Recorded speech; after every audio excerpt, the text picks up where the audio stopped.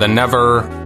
This is Comics Covered for the week of June 13th, 2018. We are back here in your lives, your ears, your soul. Again, here we are. With dirtiness.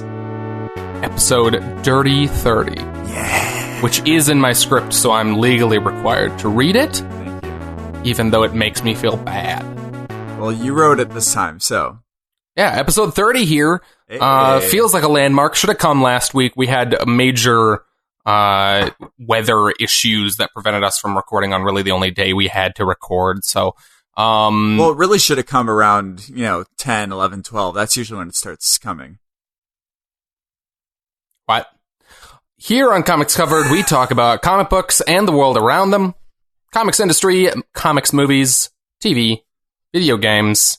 We do have games talk. Yeah, we do have games talk if we have time for the listener questions section later. So keep an ear out. Keep an ear out. Well, actually, okay. Is that a phrase? It does kind of. I mean, it makes sense. I mean, you'd get the gist. Keep an ear out for that. We'll also talk spoilers, and we'll probably fuck, damn it. There you go. There's your swearing warning. Okay. If they haven't heard about keep an ear out, they're probably a goddamn Philistine. Right, Doug? I used that word just before we started recording, and Jack asked me what it meant, and I said, I'm not 100% sure, and I had to look it up. And I was like, oh, okay, that's kind of generally how I use it. So you also, on top of using words like that normal people don't use, you also use words that you don't understand yourself? That one I just use because I think it sounds funny, but I do think I use it generally in the gist in which I use it as, like, I don't know, like, not non-believer, but like, I don't know, like, idiot person who doesn't understand, like, things that are good. Just so everyone knows, he used it in the context of me making sure he toasted a Pop-Tart before eating it. And he said he's not a Philistine. I said, what am I, a Philistine? Yep. We'll warn you about the spoilers. I'm Doug. I'm the closest thing we've got to a comics expert here at the Comics Covered podcast program. Headquarters. Empire. Ooh. For example, I know a character who my co-host Jack might not know, and that character is Eldrac. Okay, I'm Jack. I am pretty recent still. I'm going at a fast pace though. Recently reading a lot, which is nice. You are a machine. He's been updating me via text on all the stuff he's been reading, and he is just consuming the entire comics industry. I am now in one go. I am now caught up to Black Science, which is so great. I'm so excited to read that, like, as it comes out. I heard it's ending at 40, so that's fun. Yeah. Very soon. I feel like, God, I really feel like I know who Eldrac is. It's very possible he's come up in something, I don't know, I'm not sure specifically, but, like, he's a character who shows up every now and again. He's a very utility-based character, so... Oh. Go ahead. So, okay. Explain to the audience what we're going to be doing with this section. So I'm going to give Jack some very pointed questions. Is it this or is it this? And he's going to make guesses. We're going to try to narrow down who this character is, and he can learn something about the universe in which this character lives. Yes, I'm going to count the questions, see how much I get from... Mm-hmm. Actually, and we're going to continue to add this number to our list of numbers that I throw in the trash every week. Cheerio.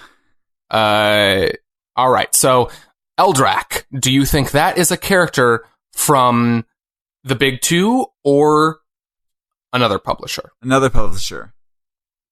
No, it is a big two character.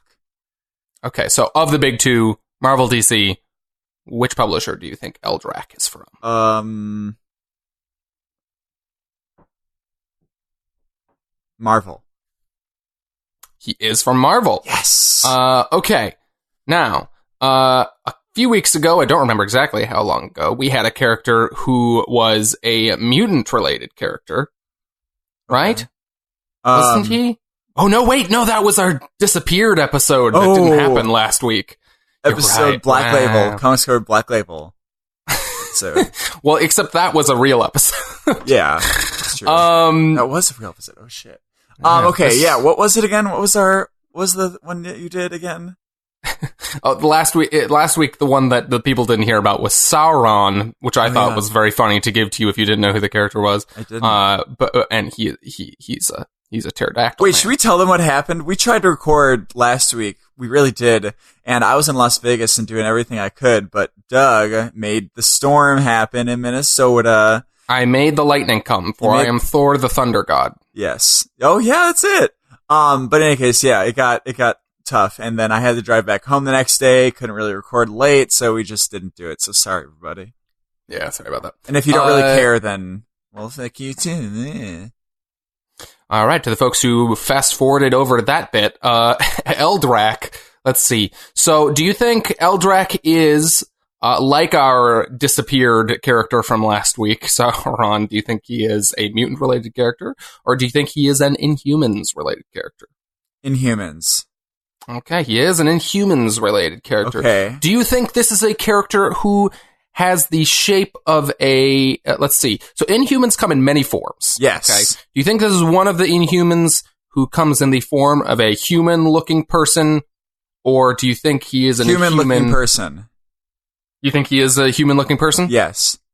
Okay. You would be wrong. Damn it. I'm 2 and 2. Eldrac is like Lockjaw, not an Inhuman who is a very not human-looking person. Oh? Lockjaw is a dog. Depends on what you're reading.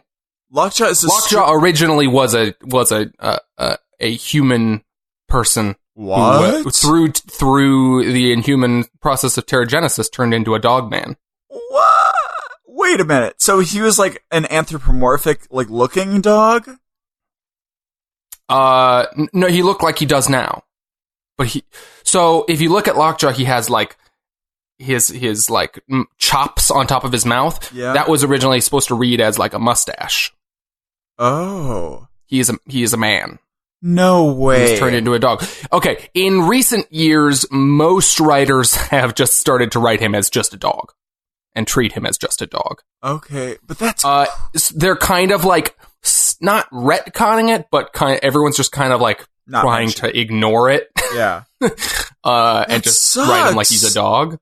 Like, do we know if his, like, psychology, like, did that change as well? Or is he like a human trapped inside? I think he's a human, like, smart thinking character. Oh, we'll have to go into this sometime. God. I'll have to do some research into this.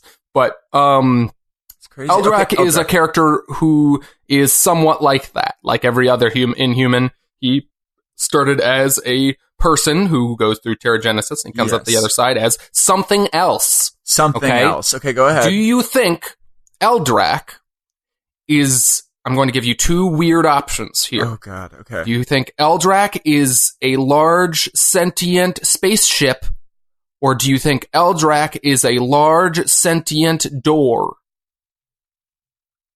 Oh, dear. Oh, dear. What? A door? God, that's too weird. It can't be. I'm gonna say spaceship, but I feel like you're gonna say door. You'd be right, it is the door. Oh, God. That is correct. Why is he a door? He's a large door, and he lives in the Inhuman, at least I'm not entirely sure if the Inhuman city of, whatever their city is. What is the name of their city? New Attilan. Attilan, yeah. He lives in the Wait, did you say Inhuman city of yeah. It's Attilan, isn't it? Nope, it's Attilan. It's definitely Attilan? It's Attilan. Damn it. Anyway, that's how they pronounce it in the...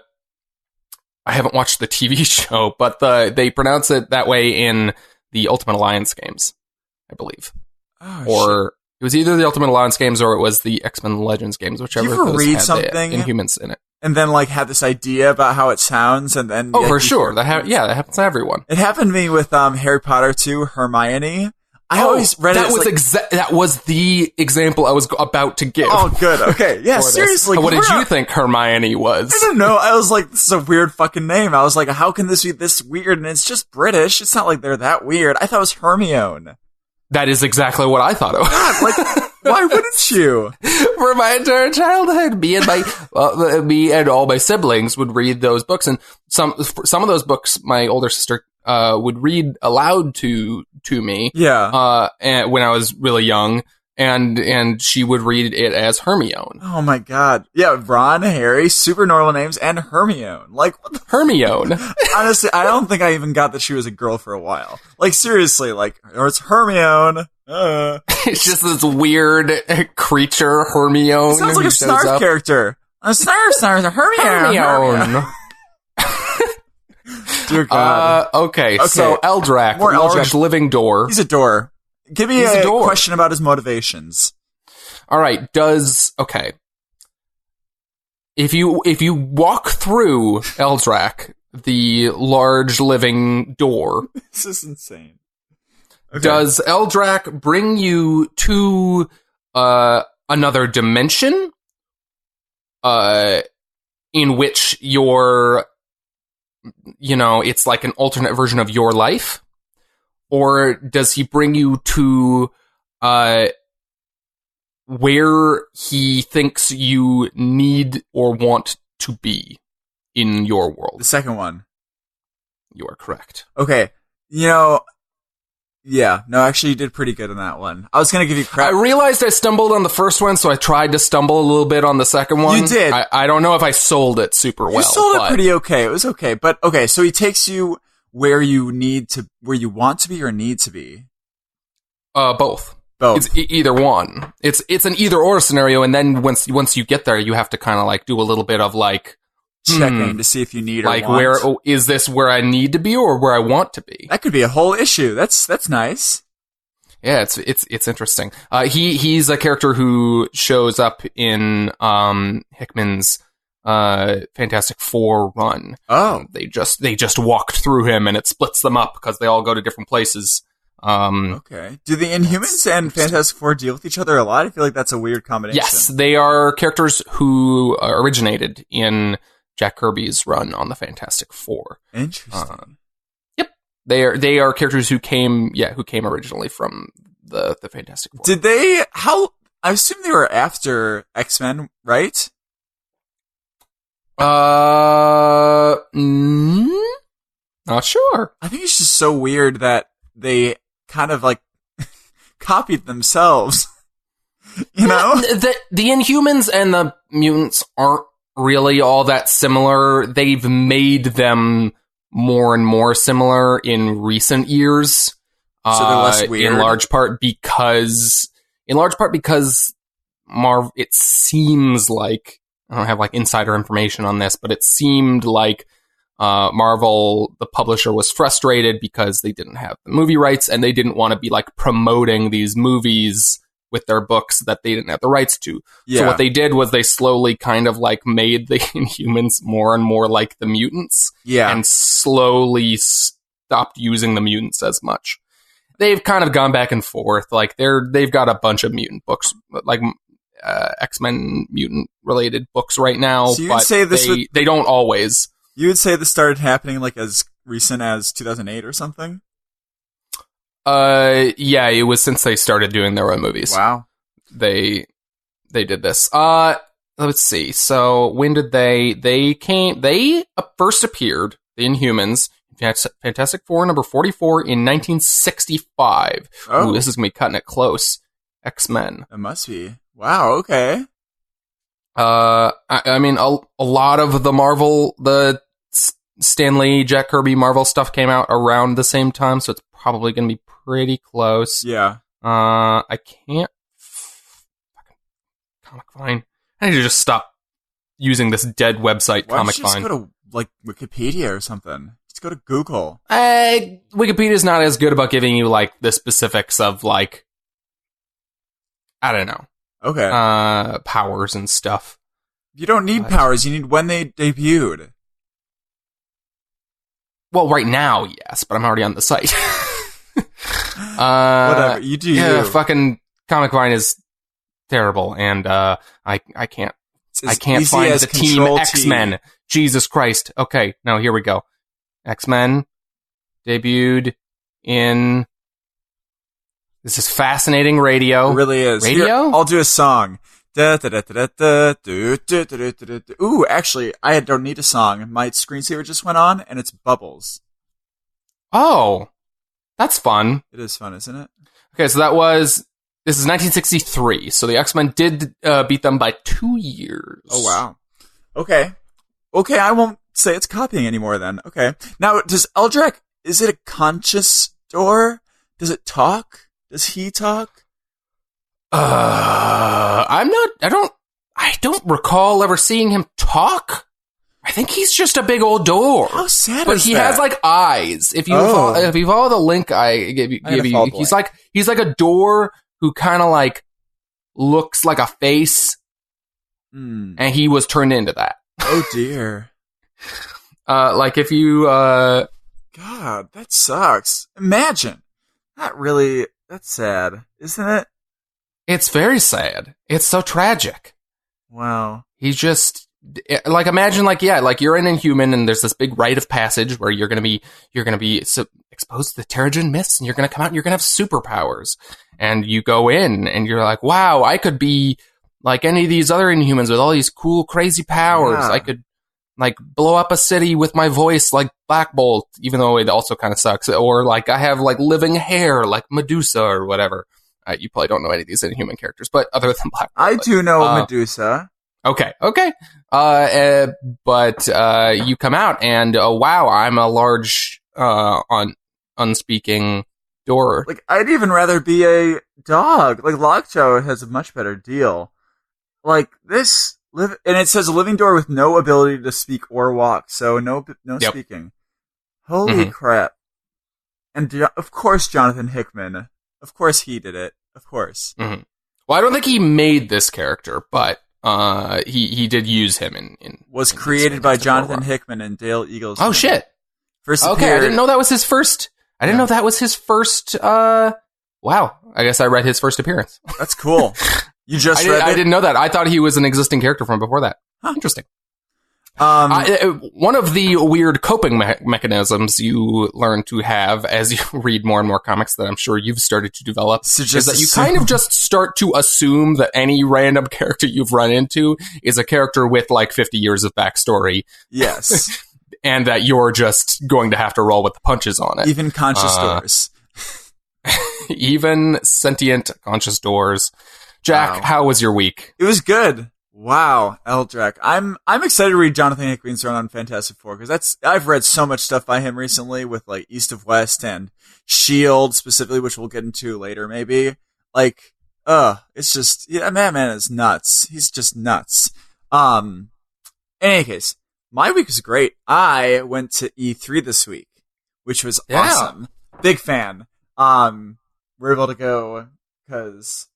Well, we're able to go, and it's fun.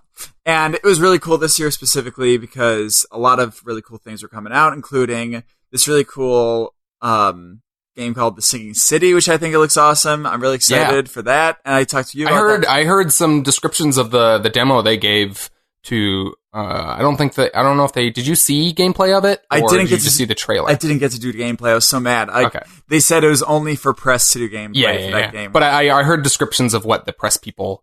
got for gameplay of that. And it sounded super interesting. I'm curious how that's going to work because Frogwares, that developer, is coming out with both that Lovecraftian-based game and the Call of Cthulhu game, which is odd because they're both like... I think Call of Cthulhu is coming out this year, so that must be their next, like, maybe they're like building on that game. They said by the end of the year they're going to release it. Sinking City or Call of Cthulhu? Sinking City. That's nuts. So they're coming out with both of those games this year. That's so weird. I mean, they must have multiple teams working on them. They're very different games. Like, I mean, I heard the gameplay is, I haven't played those Sherlock Holmes games, but I have Crimes and Punishments, and I'm excited to try it out. But, like, it sounds like, one of them's going to be more like that, and the other one's more gameplay, third-person RPG kind of stuff.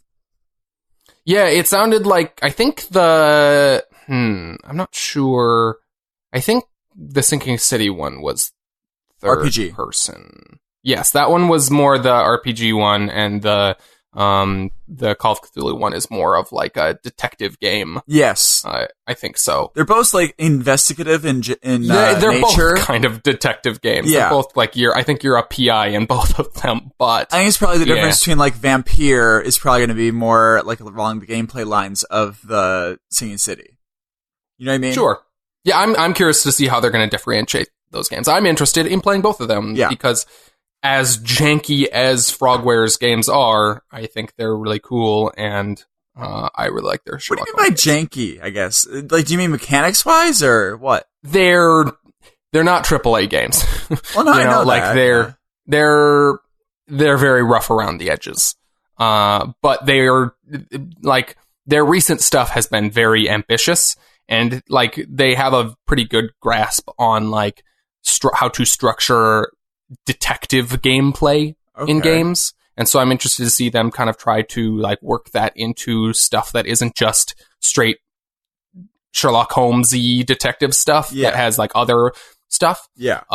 They also did a really cool Sherlock Holmes game that was Lovecraft influenced. That was I do not remember what the name of that one was, but it was basically like a mashup of Sherlock Holmes and Lovecraft shit. Like he was investigating a cult and stuff, and it was really cool. That's really cool. So they've like dabbled in that before. Yeah. Huh. Yeah. Anything else you saw that was cool, or other thoughts about E3? Let's see here. Well, I saw a little bit about Spider-Man. We'll get to that later, though, because that has to do with other stuff. I really liked that. And then what else? The new Tomb Raider looks really cool. I've never really been interested in those games, but it looks, I don't know, it looks very, I really like the whole like concept of Tomb Raider and everything. I don't know, I guess I need to play that more. Maybe I want to play like some of the original ones. Have you ever played those games?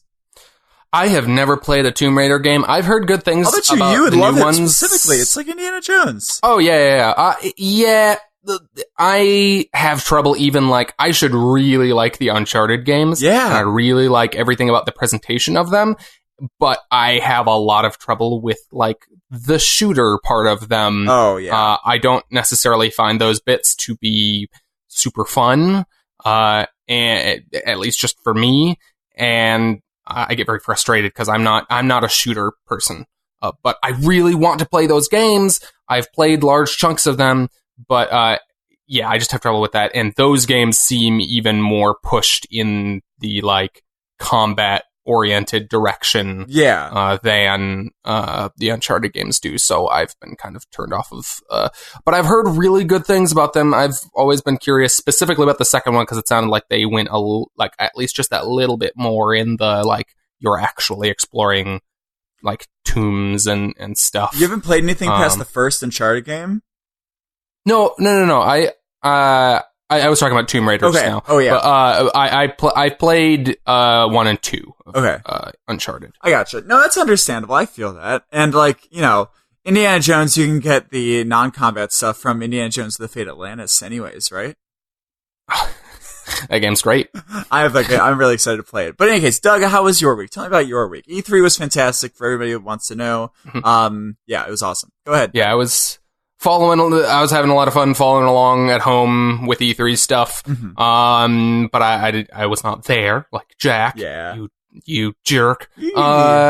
Lucky duck. But by the way, speaking of shooters, I'm super excited for the new Doom game. That first Doom game is one of the best experiences I've ever had in my life. Oh yeah, you mean the reboot one from a couple years ago? Oh my god, so it's so. I have not played it. It looks fun. You really should play it. I'm not even into that first-person shooter stuff that much. It's just straight up fun all the time. Such a great way to unwind, also. And it's a gaming like thing I'm trying to get past. But this is a good one to do it with. Sorry. Cool. Yeah. Other than E3, I saw Incredibles 2. Which is like kind of relevant to this show. It's a superhero. It's like comics inspired franchise. I'm sure they have comics based off of it, don't they? Somewhere. I think I just saw, I don't remember if they're, I would assume they're Marvel. I was about to say, I don't know who's publishing it, but they would have to be Marvel. It's Disney. But, so, actually, I think it might not have been. I think it's Dark Horse. Sometimes Disney outsources some of their like tie-in stuff to other publishers. Right. Maybe some people didn't really get that Fantastic Four comparison all too much. But Incredibles 2 is fantastic. I'm a huge fan of the original Incredibles. I think it's one of the more underrated Pixar movies and Disney movies. Although that movie is well loved. Yeah. Like, it's not like I think underrated in the fact that it's rarely on people's top lists of Pixar. I just mean like, I think it's better than I think most people think it is, but I think most people like it. Who have seen it. But, I'm huge fan of the first one. I was very curious to see what they were going to do to expand on that. And like, without getting into spoiler territory here, it's just you haven't seen it, right? I have not seen it yet. Okay, yeah, you got to see it. It's like it expand. The first movie is like it's a blend of like spy thriller, superhero movie, and like family drama. Mm-hmm. And they kind of do away with a lot of the spy trappings in this one, which I think is actually probably a smart move. Like we got that in the first one. Yeah. Like I don't need like the first movie. Mm-hmm. Like, so it's just kind of like a superhero movie and a family drama, and they just kind of like blow the drama of both of those parts of it out in some really big ways. In this movie. Like they're able to do way more with the action stuff just because of like the fidelity that they're able to get out of modern tech. So the action sequences are way bigger and more exciting.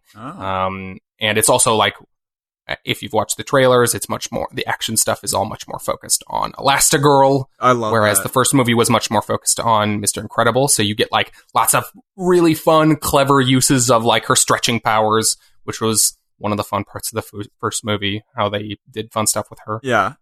And the family stuff where you get Mr. Incredible at home with the kids is like super poignant and touching and relevant to funny. Today specifically. Relevant.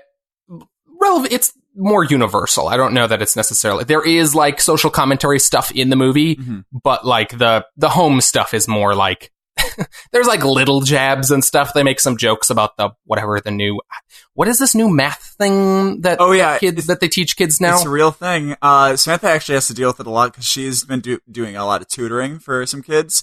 And what is it called though? It's called New Math. New Math for Life or something like that. What is it actually called? New Math? I think. Is that a thing? I'm pretty sure it's called. I thought it had a name, like a name for the system.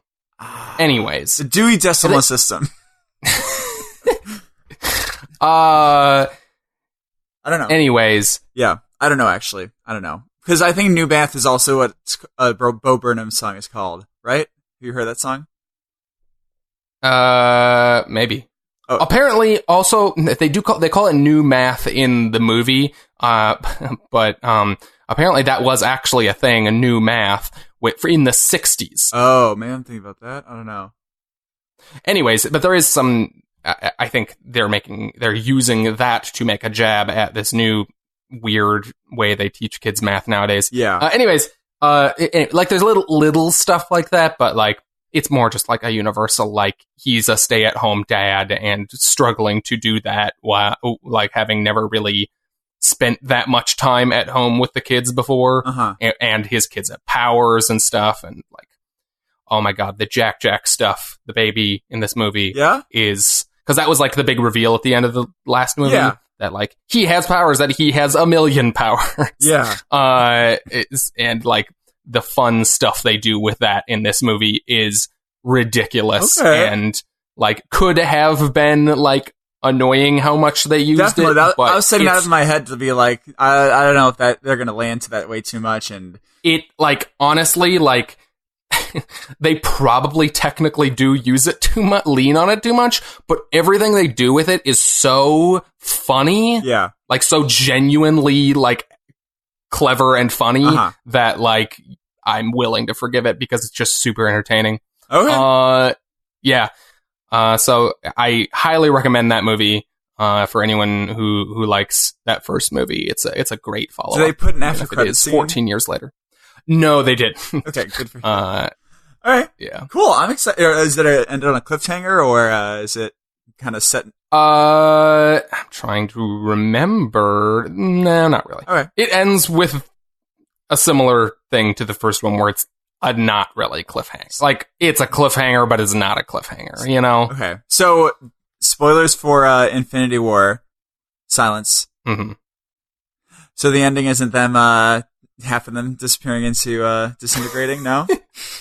How terrible would that surprise, be? They're surprised they're in the Marvel Cinematic Universe. They just get disintegrated. That'd be so sad. Like, it's just at the end, like, they have this happy ending, and it's like, what's going on, Bob? Oh my god. Oh boy. Okay, in any case, go ahead. Yeah, all right. I think it's about time we move on into news. All right, so in movie news this week, the ongoing Disney, Fox, and now Comcast saga. I hate this so much. God damn it. So, so anyone who wasn't following along, we've talked about this many times on the show before. Many. But Disney is in the process of trying to purchase Fox's film and part of their television wing of their business, which would, as a byproduct of that, they would be able to use Fox's Marvel characters in their movies, theoretically. That's the only other big... Those are the only big characters that are out of Marvel's hands, right? Technically, Universal has weird stuff with Hulk, but Fox is the only other people that have a bunch of Marvel stuff, yeah? But and even then, like, they can still they're still using Hulk, you know, they're just not making Hulk solo movies. Yeah. Because of weird deals there. And they've got Spider-Man now because of their, like, partnership with Sony. Yeah. Which is working out pretty well. So theoretically they'd be able to use those Fox characters, but here comes Comcast. We talked about this, I think a couple weeks ago. They announced their plan to outbid Disney for those Fox assets.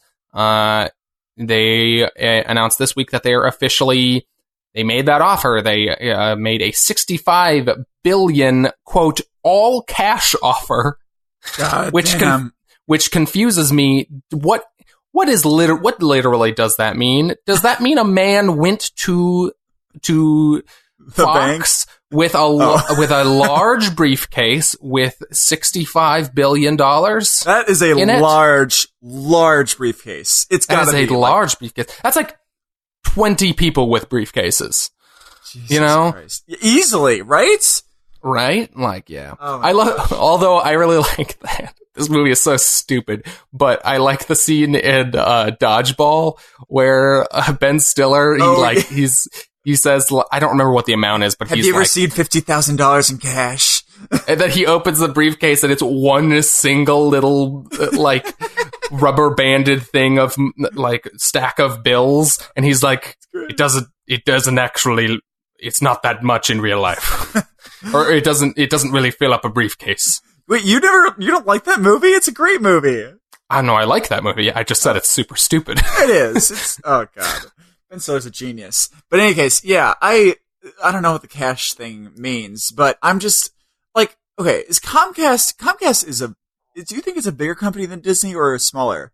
It's bigger than in places that we don't see every day. You know, Disney's huge in places we can see all the time. Comcast is... Go ahead. They're not as big in the, like, entertainment space. They're pretty big in the TV space. Not just behind the scenes, but they also, they own NBC. NBC and like Universal that. Too, right? Are they the same thing as NBC? Universal is the same, I believe. Oh. Because remember on the Universal logo, now it says a Comcast company at the bottom? Oh, shit, you're right, yeah. So yeah, they're huge. Which, I mean, this deal is, if you can divorce yourself from the Marvel shit for a minute, terrifying either way it goes. This bid happened in the wake of the courts allowing AT&T to absorb WB. Yeah. Or Time Warner, I should say. Which is really funny, because if you do Time Warner, AT&T, it spells out twat. Oh, boy. Sorry. Well, it's twat and T. Twat and T. Twat and T. So, yeah, if this is all terrifying. So, like, they were like, oh, they let that happen because antitrust stuff just isn't a thing anymore, I guess. Doesn't matter. So, we're gonna make this bid because no one's going to stop us.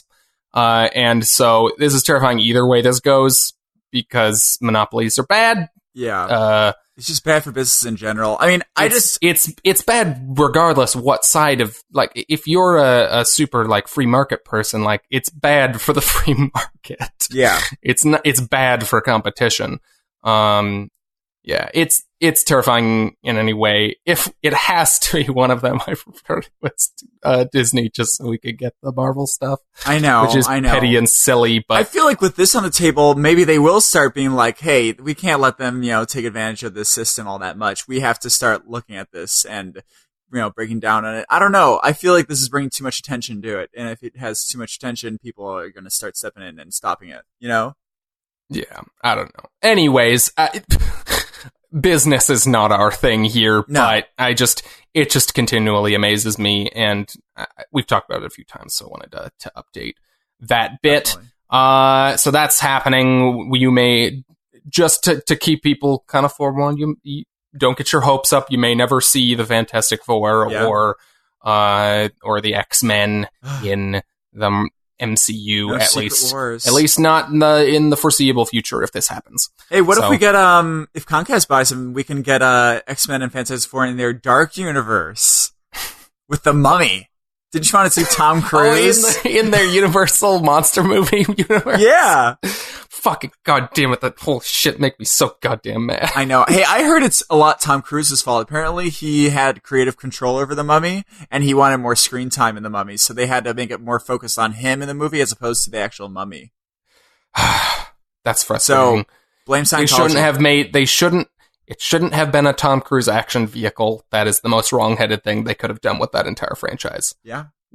Why wouldn't it be a shared universe of monster movies? Of like horror movies. Also, Russell Crowe in a character piece about Jekyll and Hyde would be really, really fun, I think. I thought that was a really fun, clever casting. Yeah. And, anyways. Ruined it. Okay. Wonder Woman number 2, the second, part Issue 2. number 2. Issue 2. The sequel to DC's Wonder Woman movie, starring Gal Gadot. I say Gadot. Yeah, I think everyone says like waiting for Godot. It's spelled the same. Gal Gadot is... I started in the middle of a sentence there. Wonder Woman, the sequel to that movie, is apparently titled Wonder Woman 1984, confirming that movie, rumors that movie is going to take place in the 80s. Yep. And it is going to feature a surprising returning character. Now, you said have you technically still not finished Wonder Woman the first? I don't think it's 10 minutes. I finished it. It's like, it's all just the last 10 minutes of the movie. It's so weird to me. I just didn't do it because we were gonna, it was right before we were gonna record, and I just forgot about it, and I basically got the whole deal. Like, I don't know what I'm gonna learn from the last 10 minutes, honestly. I really don't even know. I guess I inherently don't know because I didn't watch it. I mean, yeah, in the grand scheme of things, you'll probably be fine. Like, they don't set up this next movie in the end of it, not in a direct way, but like, I don't know. It's just weird to me that you could watch all but 10 minutes of a movie, say you generally liked it, and then not watch the last 10 minutes. I need to do it. It's just there's so much I need to watch and especially read these days, But this will take you 10 minutes. You know what, Doug? Okay. Just talk about your goddamn Okay, story. so, however, you did say you didn't know about this little spoiler from the end of Wonder Woman, correct? Yes. Okay, so spoilers for the end of the first Wonder Woman, if anyone hasn't seen it and intends to. Steve Trevor, the love interest from that movie, who really shouldn't have been a love interest. Or at least they shouldn't have, that's not necessarily true. They shouldn't have focused so much of the movie on it. Steve Trevor, played by Chris Pine, dies in the end of that movie. Also a weird decision. And they are bringing him back. Yeah, he's there. Wonder Woman 1984, which is about 70 years in the future. I wonder, you know, it'd actually be really good, and I think this is probably what they're going to try and do with this. I'll bet you that he's going to be sort of the fish out of water character here. Oh, for sure. This picture that they released of him is he's in like a mall in the 80s, and he's wearing like or a flight suit, or I don't know if this is a period, if this is from that period or not. I can't tell. It looks more modern, actually, now that I'm looking at it. But he's looking around in a mall like, what the fuck is this? Yeah. So that's definitely what he's going to be. He's going to be in like a Captain America type role where he's somehow been brought there from that time. Mm-hmm. I'm guessing he didn't actually die in the end of the movie. He was saved at the last second by some weird time shit. I don't know. Yeah, because he had a plane full of bombs that exploded, right? Yes.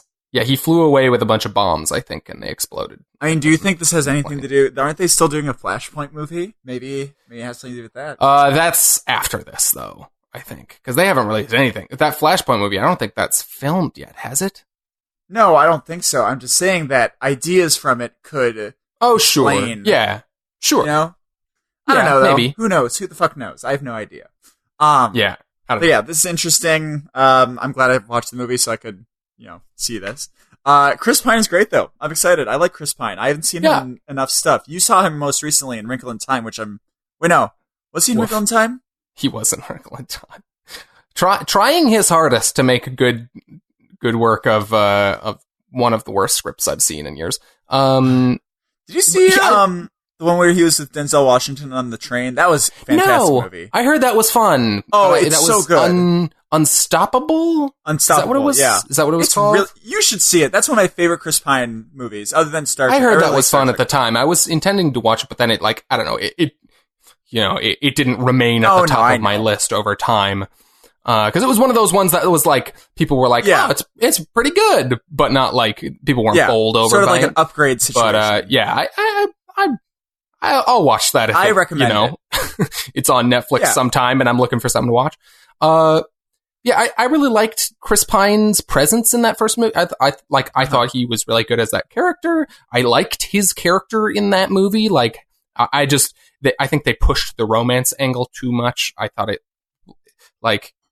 just what really wasn't necessary in a movie that was theoretically supposed to be about like female empowerment, and like even divorced from that, I just think it was like a weird side note. I think wasn't necessary. Like every movie feels like it needs to force that romance angle into it, and just like I don't really know what it had to do with anything in the movie. Their idea of developing her character into like, because she's never known something like that, and I think it was their way to like go into her development as knowing like. Sure. How the world works and stuff like that. But I agree with you, and I think they could have done that in a more nuanced way. But I think that was just how they saw it. Yeah. Yeah, I mean, it was there as the obligatory big blockbuster romance angle because, as they got to tick the boxes, I guess. But it felt pretty unnecessary to me. But again, I liked his character. I'm interested to see more of him. And if they're like trying to make it so that I also thought it was weird that they killed him off in the end. Like it also felt unnecessary and kind of, I don't know. But so I am kind of glad and interested. Yeah. I think they could do some cool new stuff with him. I think he's a good Chris Pine part of that ensemble. Is in the whole movie, and then at the end of the movie, David Thewlis takes off his mask, and it's David Thewlis under Chris Pine's mask. Oh, he was David Thewlis the whole time, and then there's another big, huge CGI action sequence I don't care about. In any case, but yeah, I'm excited. Cool. Speaking of DC, cool. Yeah. So there was a big, this one's kind of like, it's not necessarily movie news. It's sort of movie news. It's sort of comics news. It's sort of a bunch of stuff. So Jeff Johns, DC's chief creative officer, is no longer that. So he stepped down from being DC's chief creative officer, which was a role that put him in both of the comics and the movies. Yep. He's moving into a different role involved in both the comics and the movies, but it sounds like less of a kind of managerial role and more of a creative I'm so happy. Role. So it's specifically a writing producing role. So I think this is something that, like, if you've been following Jeff Johns' career for a while now, like, he has been slowly moving more and more away from the writing part of his career. He's been writing less and less comics, and he's been moving into that kind of like bigger corporate role of like overseeing the general structure because, like, of any of his writing stuff. like suffered or anything, or did he have any stinkers, or was he just kind of like different? No, he just like he did so well that he just rose in the ranks, you know. And I think this is a sign that he is like he wants to get back to like being a part of the creative process and like generating the content as opposed to overseeing it, you know. Fantastic at it. Yeah, I think this is a really good sign for people who are fans of his work. As a part of this, so he entered into an exclusive writing / producing deal with Warner Brothers and DC. So it's not necessarily exclusively DC, but it'll probably be DC focused. For example, as part of this announcement, they announced two big projects. One, he is writing and producing a Green Lantern Corps movie that is theoretically going to be heavily influenced by his 10-year run on Green Lantern and Green Lantern Corps. Runs I'm trying to read. God, I know. Yeah, I just on an impulse I bought both. I have Green Lantern Secret Origins, which is the first part of his stuff, at least chronologically. And then I bought the first 2 volumes of his Green Lantern stuff, as well as the first volume of his Hawkman run, because I really liked the first issue of Hawkman this week. We'll talk about that later. But too much. I bought too much. But I'm excited to read that. I'm gonna read that between other stuff because that's 10 years of material. But yeah, so he's writing and producing that, which is, I think, a really good sign. Part of what has made the Marvel movies, I think, so successful is that they like allowed the stories were being generated from people who were involved in the comics end of things and really like had experience and love for those characters, as opposed to just handing it off to some screenwriter who reinvents the whole thing. And it's change isn't bad, but I think as a first step, it's a good move to give these projects to people who have experience with these characters. And Jeff Johns is nothing if not experienced with Green Lantern and the Green Lantern Corps. So, and he's great with teams really in general, right? They also, I mean, he's great with whatever you throw at him. Like I'm currently in the middle of his very long JSA run, Justice Society, and that is a fantastic, very fun book. And he wrote Green Lantern Corps like as a team book alongside his Green Lantern book for a large chunk of those years as well. So he has experience with that. Theoretically, apparently this movie is going to be focusing.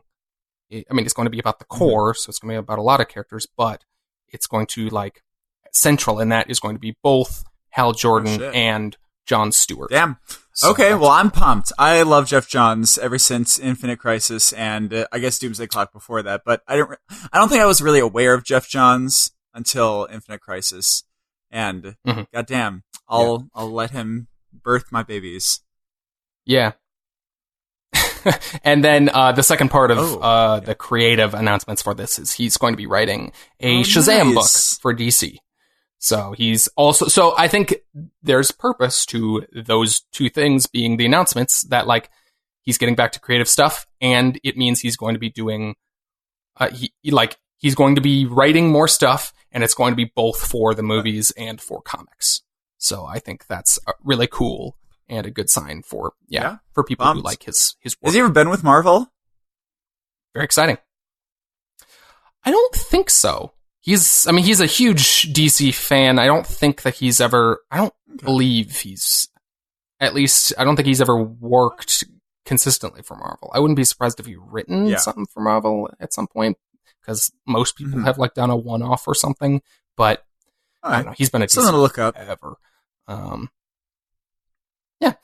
Cool. So that's that. And then finally, we've got Tom King, also at DC, has been teasing this something. We didn't know if it was a book, if it was like an event, if it was just like a concept that was going to occur in his books. But he's been teasing this idea of sanctuary, capitalized, which is something to do with like superheroes and PTSD. The emotional health. Yeah, sort of. He has referred to it as like post-traumatic stress kind of help for superheroes in the DC universe. And so they announced this week a series called Heroes in Crisis, which is going to center around this sanctuary center. I don't know what exactly the name of the actual I think they also said like it's going to center around like what happens when something goes wrong. I think he's doing a thing where it's like, it's a murder mystery is what it is. Yeah, it says a murder mystery involving Batman, Superman, Wonder Woman, Harley Quinn, Booster Gold, and the rest of the world's greatest superheroes. So so they're very specifically invoking the Crisis name, although it sounds like it's in some ways taking more cues from like Identity Crisis specifically, in that it is a murder mystery, but a murder mystery that, like the other actual crises, is a like universe spanning. Like we're involving a lot of the characters of the DC universe and taking some cues from those as well on like a more like. I'm definitely going to read Identity Crisis before this comes out. Yeah, I think that'll be an interesting pairing. Yeah, I'm so curious to hear what you think as a first reader of Identity Crisis. It's an interesting read. It's great.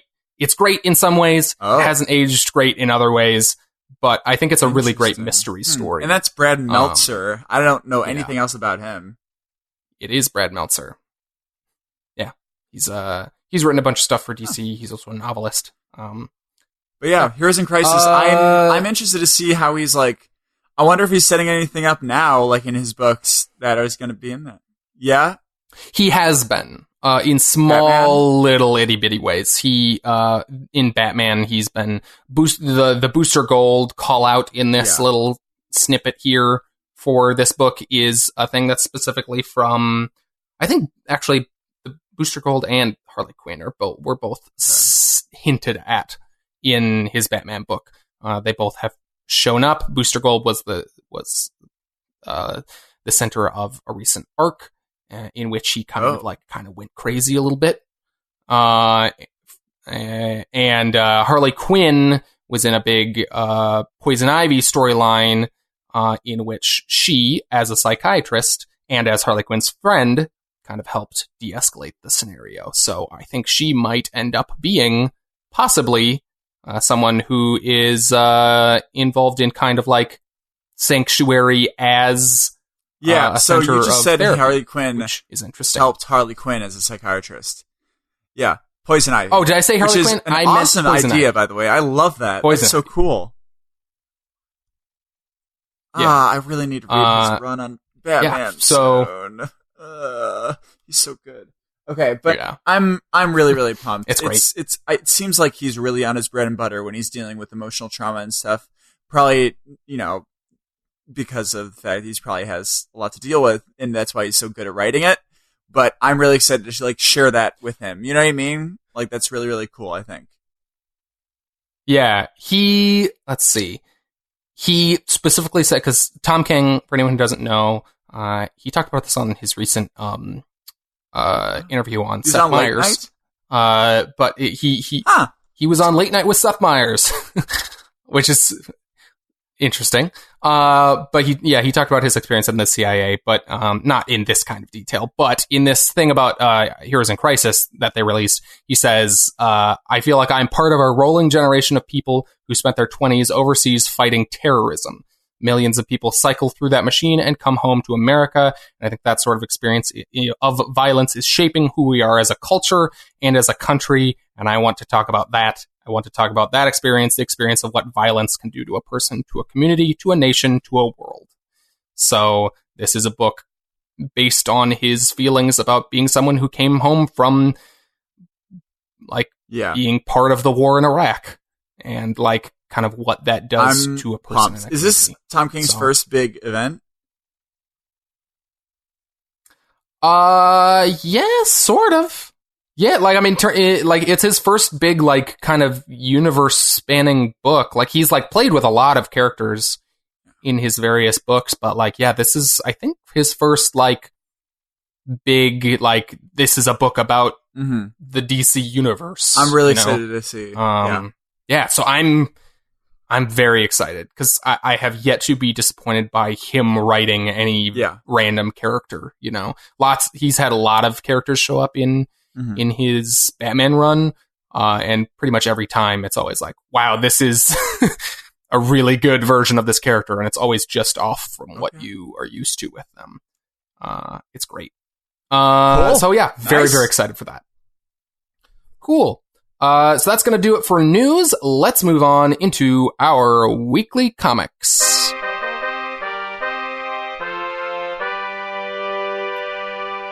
All right, so we didn't do a show last week, but we, as part of, the section is so large.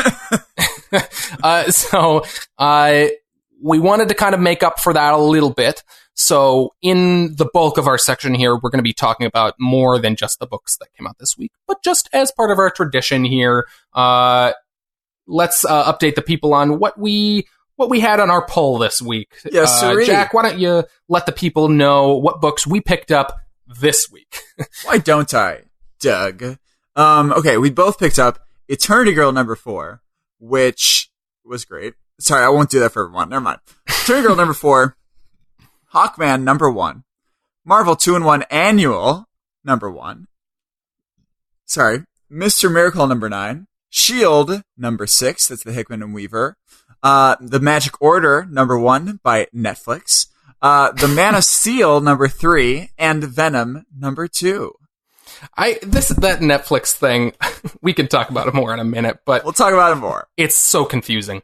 It is. Anyways, then I also picked up Detective Comics number 982, The Damned number 10, Flash number 48, and The Immortal Men number 3. And you had some extra comics. Yeah, I picked up Thor number 1 by Jason Aaron and Quicksilver number 2 by Saladin Ahmed. Continuing that after No Surrender. Cool.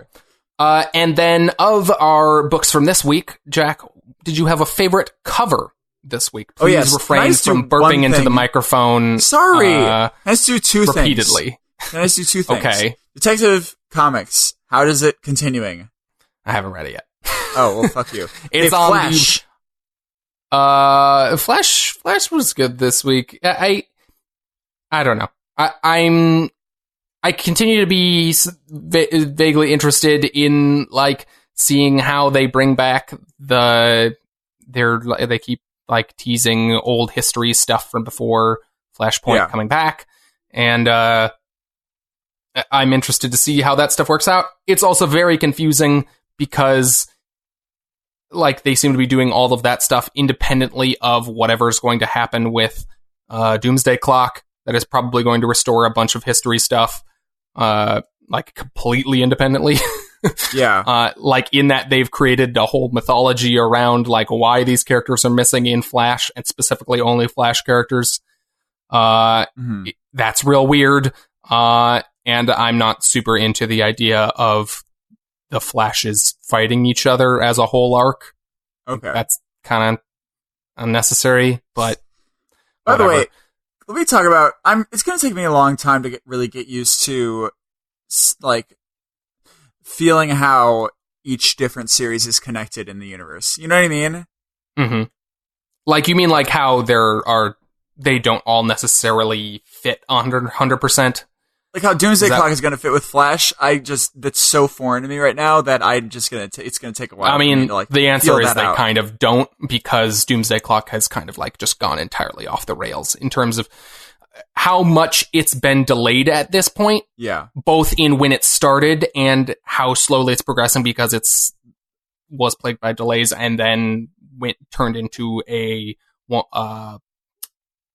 is bi-monthly the right word? It's every other month now. Every other month. But more of what I'm saying is just like in general, like how Flash relates to other ones in time. You know what I mean? It's tough, that science time skill, to get used to what you were talking about. You know what I mean? Yeah, again, don't try to factor Doomsday Clock into it, because okay, I will not. Yeah, I won't do it. Because it's weird, because again, like specifically in the case of Flash, like they've started to try to explain things themselves, because it's gotten to a point at which, like, we can't just sit around and, like, all these other writers with their stories, they can't just sit around and wait for, like, these big things that are supposed to happen in Doomsday Clock that they've been waiting for like 4 years for, yeah. You know, they have to just kind of try to get on with their story and integrate those changes they were planning for 4 years in their own ways. And it's kind of weird and frustrating, and confusing, but okay. Yeah. In any case, we can start on. Let's see here. What was your favorite cover? My cover of the week was Venom. Now, it was going to be from last week, my unexpected number one. I want to give a shout out on their cover, which was a fold out, and it was really, really cool, I thought. That they've been on the unexpected. Yes. I totally missed you. I didn't realize until I said that word that you literally said the title. I thought you were saying that it was unexpected. Oh, it was. A lot of things in that book were unexpected, and we'll get into that. We'll talk about that in a minute. But yeah, they've been doing those fold-out covers on all of the new age of DC Heroes books, and they're all really cool. And that one also was very cool. Very cool. But I really liked Venom because, I don't know, it took me aback because I thought this was a variant at first, because it's a very different, like, I don't know, maybe it's just because this new Fresh Start stuff is different too. There's not as much writing on their books as I don't know. But in any case, it looks a lot different than a lot of the other covers for some reason. I think it's probably just because it's all filled up by this Venom symbiote with a face, big old face with a bunch of teeth and tongue coming out at the top, and a hand, coming out like into the little open space there is, trying to reach out of the Venom. I just think it's really cool, sort of foreshadowing into what this character kind of feels like in general, with it's sort of overwhelming him, all the stuff about the symbiotes, all this new stuff he's talking about, and it's, it feels malicious also. And I don't know, I really like how it looks just in general. I don't know if I have the words to describe why I like how it looks. I don't know. Doug, do you know why I like this? I like this ongoing bit where you pick a cover you like, and then you ask me, why do I like this? Yes. Why do I like this? I do have some thoughts on why I think this cover is really good. So, typical superhero covers are very different from this. This is almost like an inverse of a lot of typical superhero covers in many ways.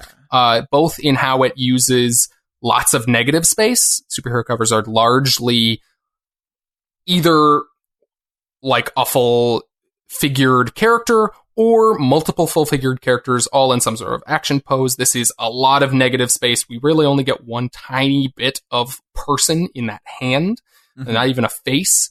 Although we do get, Venom's face, but, whatever. So, and then also, it's just like, it's a lot of black, so much negative space. And then most superhero covers they're usually exploding. Like, if you look at, like, Justice League or The Unexpected, or you look at really any superhero cover, the action is always exploding outward off the page to you. Yeah. They're rushing towards you. This is a cover which is doing the exact opposite. It's all sucking all the action into a focal point. everything is rushing in towards this bright spot in the upper right-hand corner. And it's like a really nice counterpoint to the typical superhero cover. I think that's maybe why it's standing out to you. Yes, that's really interesting. I just looked through all my covers, and like even when it's a single person, they're coming out to you. And this is very like, it almost makes you feel a little claustrophobic. This one. Yes. And that's the point. I mean, that's okay. Yeah. I'm glad I picked this because this is good conversation. I like that. That's really, really cool. Who did this? I wonder. Was this? I think this is Ryan Stegman, the regular artist. Stegman still? I'm really liking his art. It's really, I haven't heard about him yet. Have you read anything else that he does? No. I don't think so. It's very familiar. I mean, I'm been aware of him for a while. I don't know that I've read any, at least not that I remember. But his art's very fitting for Venom. It's very like, not 90s, but like early 2000s, or like even like kind of Image comics, early Image comics kind of styled in that it's a very dark and super detailed and, a little bit stylized. It's a really good fit for Venom. It's like, it feels like something from like the early days of Venom, in a really cool way. But yeah, that's my cover of the week. It was, I really liked it. Yeah, go ahead. What's your, cover of the week, Doug? My cover of the week was The Magic Order, from, the book is by Mark Millar and Olivier. I think it's Olivier. I think it's Olivier. Olivier Coipel. With the I, it's not Oliver, it's Olivier, I'm pretty sure. Olivier Coipel, and the cover done by Olivier Coipel, I assume also by colorist Dave Stewart. Comic books are always very bad at specifically crediting who does covers, but they don't specifically call out cover artist or colorist in this, so I assume it's the same as the interior. So the cover is by Olivier Coipel, colors by Dave Stewart, and it is an Image. This is a book about sorcerers, about magicians, wizards, whatever you want to call them, people who use magic.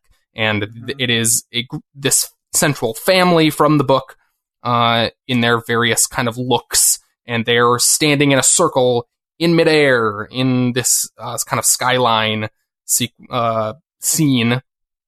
And they're floating there, and we get this cool, really what kind of makes, they're all just kind of standing there as if they're on flat ground, but then we're seeing them kind of slightly from below. It's very weird looking. You know, they're just standing there on nothing, floating in the air, and just very casually, just kind of standing around. And then the coloring slowly gradients to like a deep, like pink. It's not quite red, but it's reddish on their feet, which gives it this weird feeling of like, of magic, of something magic is like holding them grounded in magic, sort of thing. Yeah, sorta. Yeah, like they are standing on something that like it gives them a foundation on something that separates them from the rest of the environment. You know, yeah, it's just like a really striking image. Yeah. And also, like, not trying too hard to be striking. It's very, like, laid back, but it's like, oh, nice. Yeah, very subtle use of coloring from Dave Stewart, who is the master of gray. Yeah. Really? Dave Stewart loves his gray shit, and when he uses color, it's always very well done.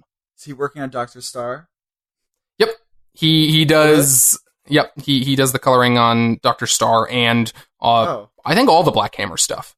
Maybe not Sherlock Frankenstein, but he does a lot of Black Hammer stuff. Does he do Black Magic? Because that's the other black and white one, right? Gray stuff. No, he doesn't. I don't think there is a colorist on Black Magic, but that book is black and white. Yeah, they don't get a lot of colorists apart from. Like two panels in every issue. Anyways. Okay. So but, I really like that cover. Olivier Coipel's art is really great. Yeah. Can we just go into this got to talk about this because it's right here. Sure. Yeah, so our section of books we've got to talk about is going to encompass all of the new books from this week and last week. So on top of the new books from this week, that include The Magic Order, Hawkman, Thor. We're also going to talk about the bunch of new series from last week that we didn't get to talk about: Justice League, The Immortal Hulk, The Unexpected, Doctor Strange, and we're gonna try to keep it brief on all of them because it's a lot more books than we normally talk about. But we want to kind of touch on this. It's been a big time for a lot of new books, so we want to kind of give our thoughts on a bunch. You could call it a number one bonanza. You could, but I wouldn't because that's, oh boy, a number one bonanza. Bonanza. I like it. It's a good television show. From, in any case, let's talk about The Magic Order. This was a number one that kind of took us by surprise. I don't know. It took me by surprise because I didn't really know what to expect at all. Mm-hmm. And I was pleasantly surprised because it's great. Now, skipping over, I mean, the whole Netflix thing is weird, and I think it's probably because they're going to rush this to be a TV show or something. Yeah, so the deal is Netflix bought exclusive rights to produce Mark Millar's work. Millar World. Yeah, Millar World is his imprint, and so he's writing this stuff theoretically for Netflix. This book is published by Image, which is part of why it's confusing. You don't see Netflix anywhere until you turn the book over. Yeah. The back cover has Netflix on it. It's so weird. Da-dum. I don't it's it's so weird. I think it's literally just they're holding onto the IP in case they want to make this stuff into shows or movies. Hey, Mark Millar. I mean, this stuff is ripe for it. Honestly, I just really, really enjoyed the whole story. I like the family dynamic that they have in this. It feels very grounded for a story about magic. You wrote down here, it is Harry Potter for adults, and it's for something like that, like Harry Potter, it's very grounded and it tells it in a very different way. And I'm digging it. I love it. Yeah. So, I mean, specifically why it feels like Harry Potter is that one, it's all about kind of the secrecy of this world of magic, which is a fairly big element of the Harry Potter books. They, in a more obvious, smaller way, they've all got literally they have wands and stuff. But it has the feeling of specifically the later Harry Potter movies, in that it's this very underground, stylish world of magic that's cloaked in it's at night and it's very dark and mysterious, gothic kind of feeling. Yeah, and also working with a little bit of political intrigue. They have different political viewpoints in the context of magic and being able to do all this shit. Which I think they do a lot in Harry Potter. So I think, definitely. There's there's secret societies and different factions and stuff. But it's a more mature kind of take on that kind of a universe. In that, we're dealing with it's a murder mystery so far. It seems like, and I really like the trappings of something like a Harry Potter. I'm interested to see what Mark Millar and Olivier Coipel do with a universe that's a bit more geared towards a mature audience. Mm-hmm. And one of the things that my favorite part about this is specifically at the end. So we go through this whole thing, folks are trying to, kill some wizards and shit because they think there are too many or some shit. And at the end this is, by the way, we're in our spoiler section. So, that's what we're in. Yeah, we didn't give the spoilers for these books. But at the end, the quote unquote bad, party of people who hold different beliefs than the protagonists we've seen, show up at this funeral. And I like that it doesn't, they're bad people in that they disagree. They're not bad people in that when they show up, they immediately start fighting and it was whatever. I like it when, you can have a person who's disagreeing with you, but you're not like trying to murder them all the time or trying to fight them all the time. So I really liked that sort of character clash at the end specifically. And that was what gets me really, really excited for the long term. For the short term, I loved actually the very final sequence with the changing spell shit, and I love how that was drawn specifically. Yeah. Olivia Quayle draws the shit out of some of this magic stuff in here. Yeah. It's really cool. He had, again, yeah, like you said, it has this very grounded, real feeling to it in that, like, yes, it's magic, but it has this very tactile, physical feeling to it, and it's really cool. I'm excited to see where this goes. I think it's a very promising. It didn't I don't know that this first issue blew me away in any crazy way. It's beautiful, but I think it is a really good setup for what could be in the long term a series that is really, really cool. Yeah. Yeah. Good job, Netflix. Cool. You did well. Yeah, Netflix produced this on its own.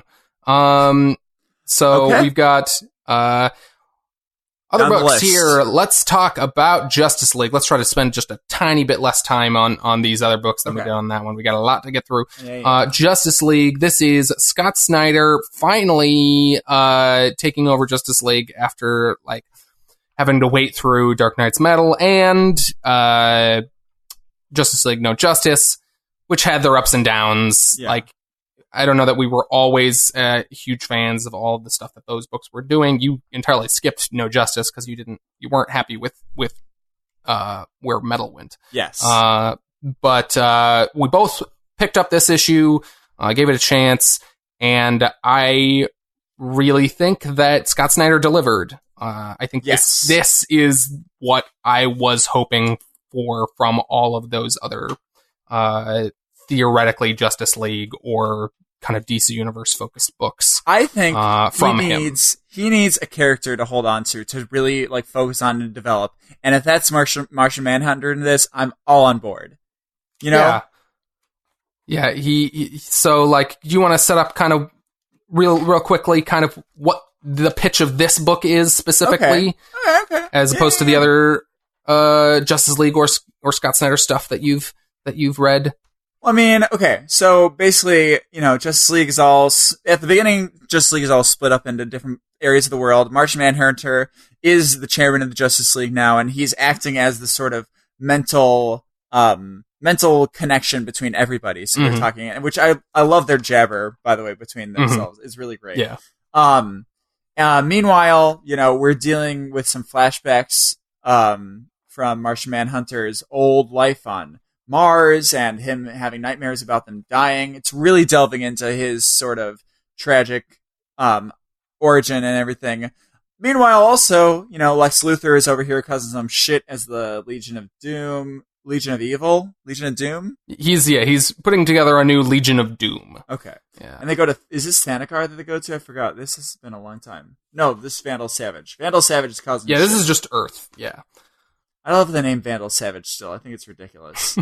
It's great. Getting some Neanderthals, but then that falls through. I'm sorry. I have to correct you. Neo-Neanderthals.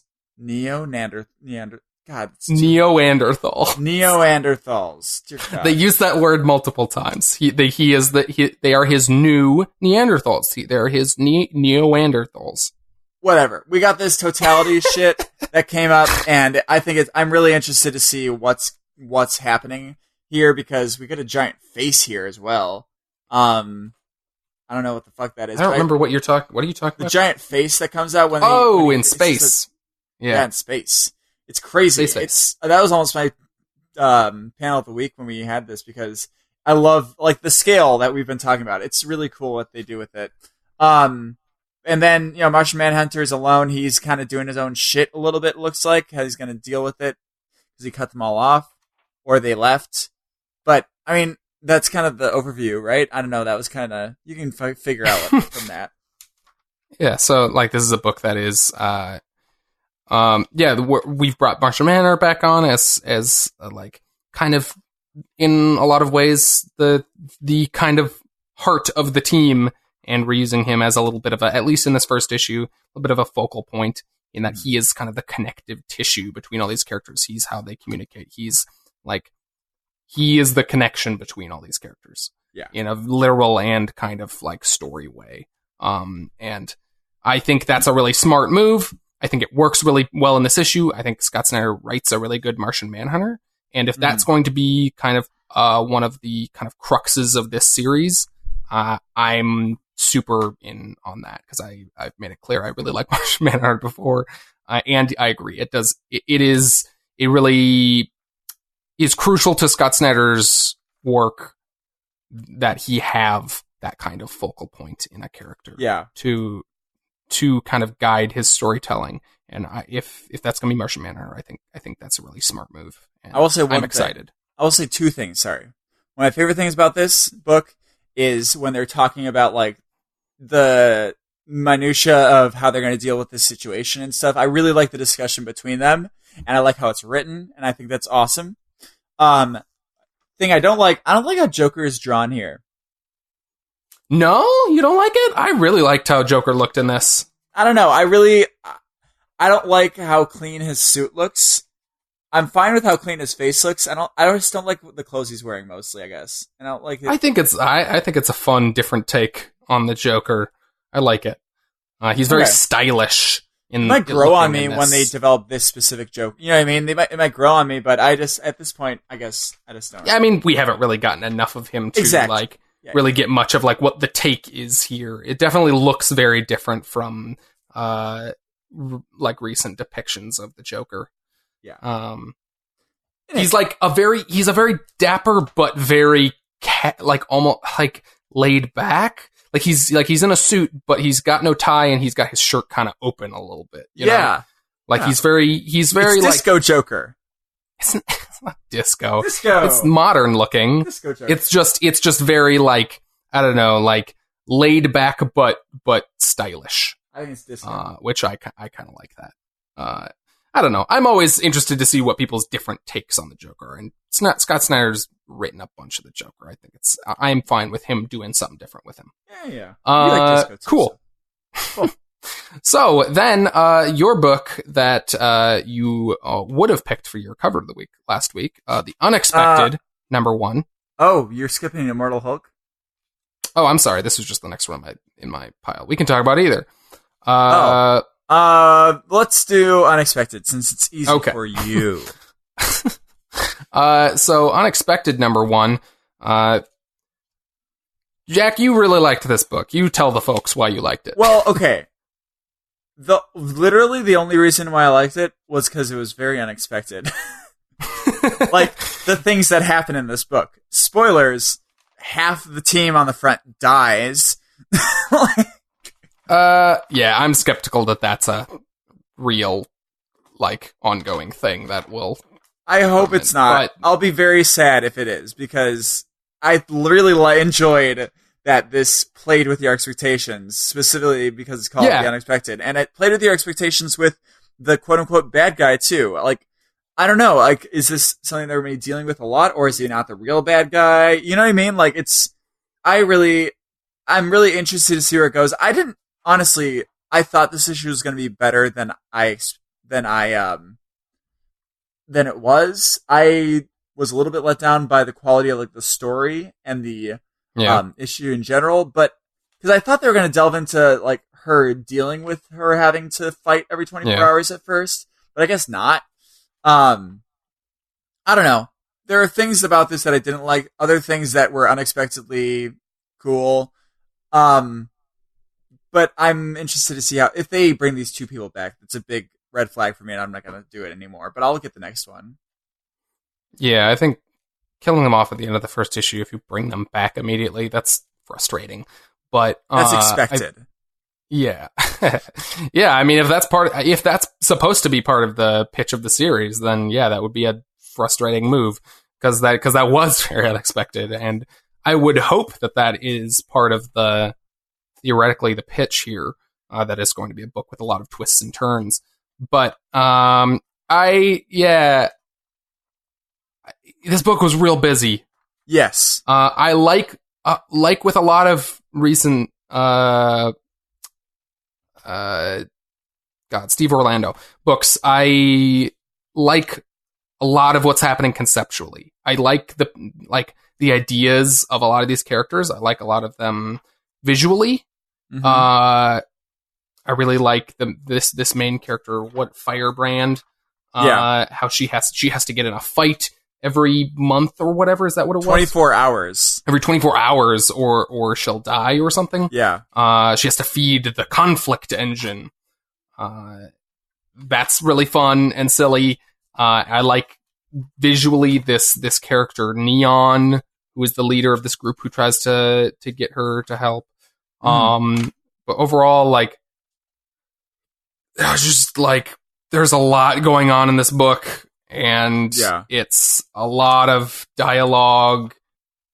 Not a lot of real estate to start a whole thing with. You know what I mean? Yeah, there's just a lot going on, and I don't know that I liked all of it. Honestly, I don't really know that I have a whole lot to say about it. Yeah. Other than that, I'll probably check out the next issue, maybe. I don't know. Yeah. But if I see any mention of those two characters, I'm out. I'm outie. In fact, I might look at the solicitation to see if they're back. Yeah. But I probably agree with you. If they bring them back, I think that's cheap. Yeah. But it's just that's, you know, if the whole nature of the book is unexpected stuff and they come off, that's great. If they do something that's totally expected after that, fuck you. No, that means they're just going to keep doing unexpected things and then not using them continuity. You know what I mean? Yeah. They do something very similar in New Challengers, the Scott Snyder. Oh yeah. Challengers of the Unknown book. The team that is on the cover is not the team that ends up alive in that book. Which I think is fun. It's good. Yeah. So, let's move on into Immortal Hulk, number 1, which is definitely a book that you really liked. So I liked it a lot more than you, apparently. I don't know that I disliked it. I don't think that I loved it as much as you did. I just really like, because I haven't read a lot of Hulk stuff, and I think treating him as, like, you know, in this horror sort of genre is very, very cool. And I agree. Delving into Bruce Banner's sort of, you know, I haven't read a lot about Bruce Banner's struggle with Hulk, so having a story like this with, you know, him dealing with it in a way that, you know, he's the horror that everyone's scared of, but he's also dealing with this horror of himself. I really liked it. Also, I really liked the moment where they have 2 consecutive 2-page splashes in this book. That was one of my favorite things, because, you know, the Hulk is this huge hulking thing, and there's a specific point at which he's confronting the guy that he encountered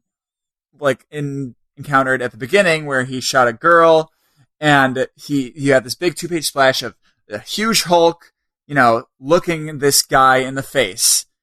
And then you turn the page, and it's a 2-page splash of just his fucking face. And it's so cool. I just think that's so cool, because it's like, oh shit. It's like, you know, I imagine it's him leaning into the guy and being like, she was 12. And I don't know, I thought that was really, really awesome, because I haven't seen anything like that, really.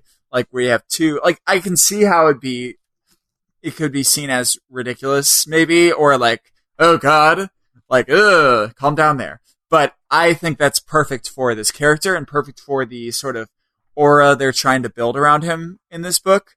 I will also say that the last image of him looking through the window is a direct pull from Spike Lee's Hulk movie, right? Of him looking in the mirror and Ang Lee, seeing not Spike Hulk. Lee. Sorry, Ang Lee. Yeah. Oh, yeah. I didn't even catch that. I don't think I've seen all of that movie, so you know him better than I. I haven't seen that movie either, but I know there's a scene where he looks in and Hulk's looking back, and he chokes him through the mirror or something. Oh, that's not a thing that can happen. It's in his mind. Yeah. No, I agree. I really like conceptually the idea of a Hulk horror book.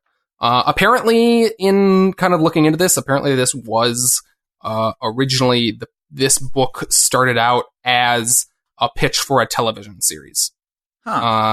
In which the idea was, we can't make movies about the Hulk, so let's make a TV show about the Hulk, in which we don't, if it's a horror series, we don't have to show the Hulk very much. We withhold the Hulk, and then he occasionally breaks out, and then we treat him as a horror thing, so we can, kind of like the shark in Jaws, we just don't show him, and it actually works to the thing's benefit. Yeah. Which I think is good for the Hulk. Yeah, but then they eventually just passed on the pitch or whatever, and so it lives on as a comic book here. I really like the idea of the Hulk as a source of horror. I'm curious what the ongoing structure of this book is going to be, because is he going to die every issue and then come back? I think that's a weird string of coincidences. That is a weird way to structure a book. It might not be what the book is. Maybe that's just the inciting incident.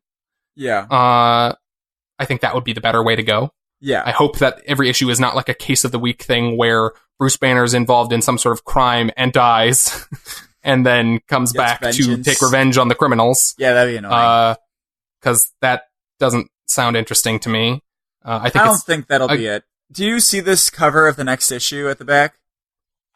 Let me find it. It's really cool looking to me. It is really good. Oh God, yeah. This was going to be on our non-existent episode from last week. This was going to be my cover of the week, the actual cover to this issue, number 1. Although this second issue is, God, that's so much. That's even better. Do you see all the specifics of the Hulk coming out of this water? Oh yeah, so because this is Alex Ross. He's good.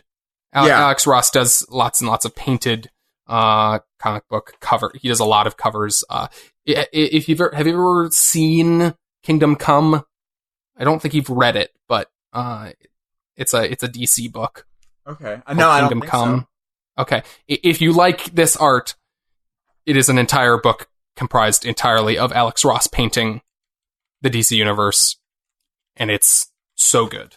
Okay, I'm down. he there's like a little bit of a pseudo series of books about the DC universe that Alex Ross paints by various writers. But that's one of them. He also did a series where he paints the entire thing called Marvels at Marvel. That is early days of Marvel characters told through the eyes of people on the street. Oh. Of ordinary people in the Marvel universe. I love that. That sounds great. What is it called? That's called Marvels. And then the DC thing is Kingdom Come, which is one of the coolest alternate universe stories in DC. It's about the future of the DCU, where this is a whole tangent. Okay. Anyways, that story's really good. All right, I'll ask you about it later, and you'll tell me, because that sounds like something I'd be super into. Yeah. If you like this art, it's an entire book of that art. I mean of these covers. Yeah. Not the interior. But in any case, if only for that next cover, I'm definitely going to get the next one because I really like the horror stuff. I think it's I hope it's going to deal with the issues that I want it to deal with and not just what you said, the case of the week thing. I don't think they're going to do that. I trust Al Ewing. I think, he seems like a good writer, so I'm excited. Yeah, I'm definitely going to check out the next issue. I liked this.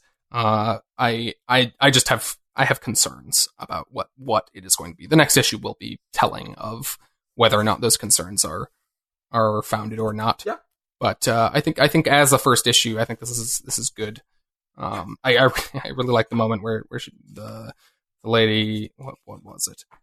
Oh God, he says he was big, built like an engine of hell. I quote. And next panel, she turns to the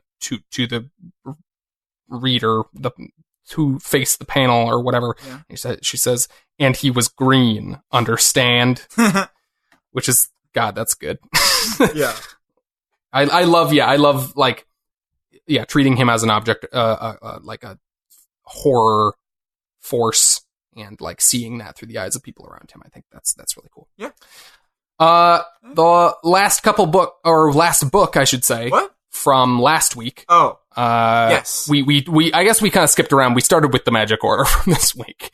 But last book from last week anyways. in this block. Doctor Strange #1. I'll just do this really quickly. I'm the only one who read this of the two of us.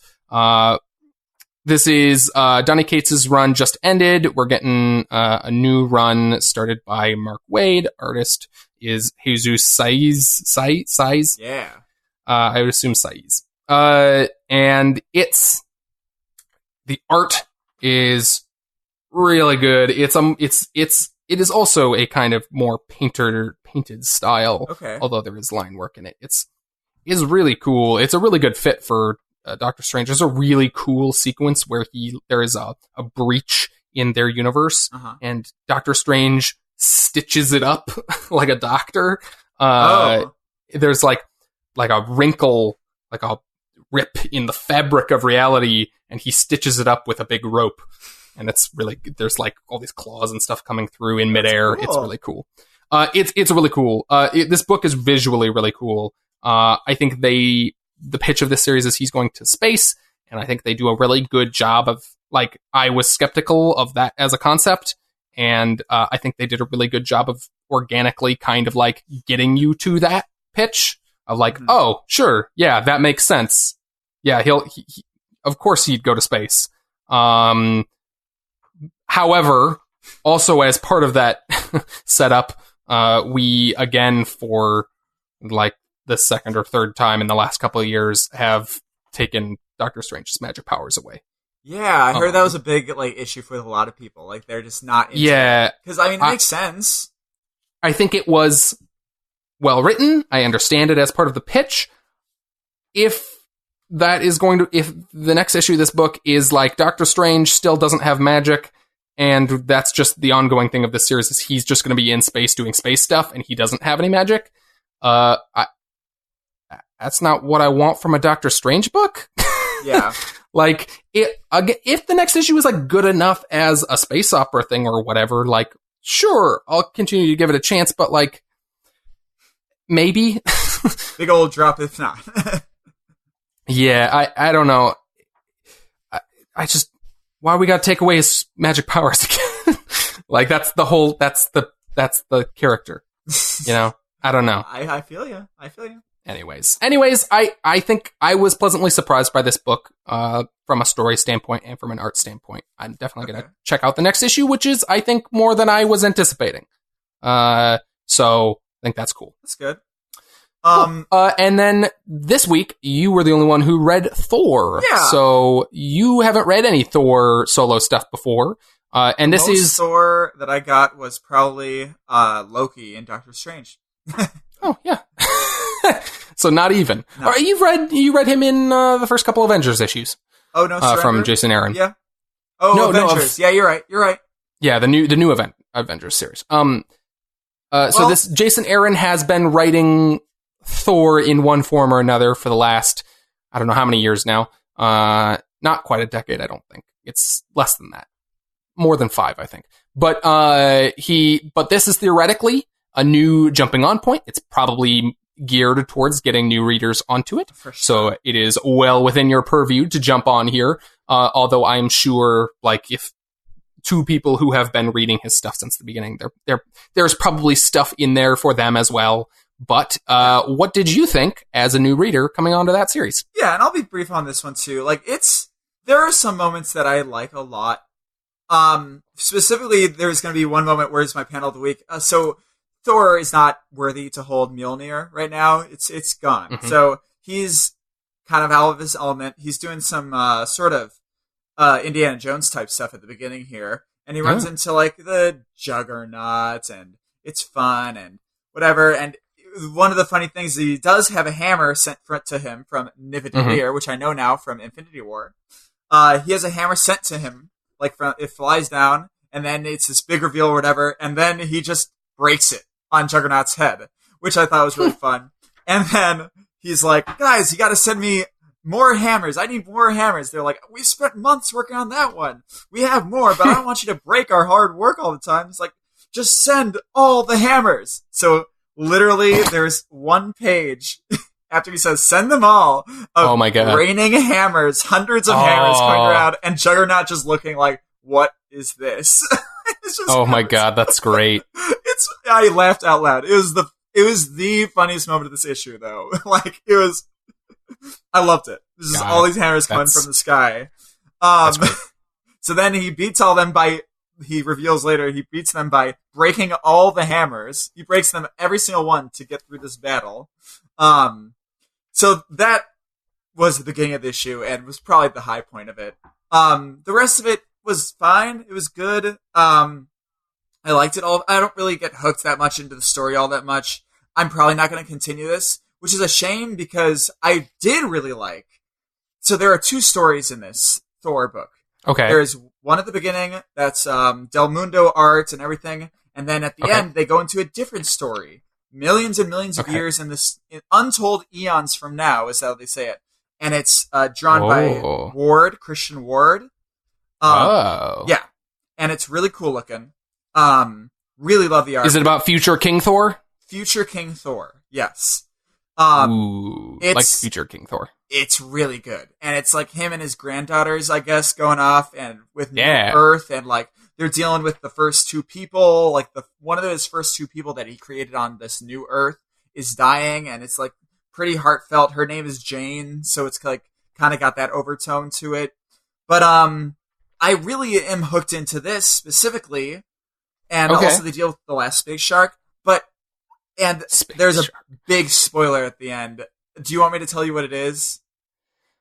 I'm so mentally like stuck into like I'm going to read all of Jason Aaron's stuff, Thor stuff in order, like all as one thing. That like by the time I will probably get around to this, I'll probably have forgotten what you say. So go ahead. Okay.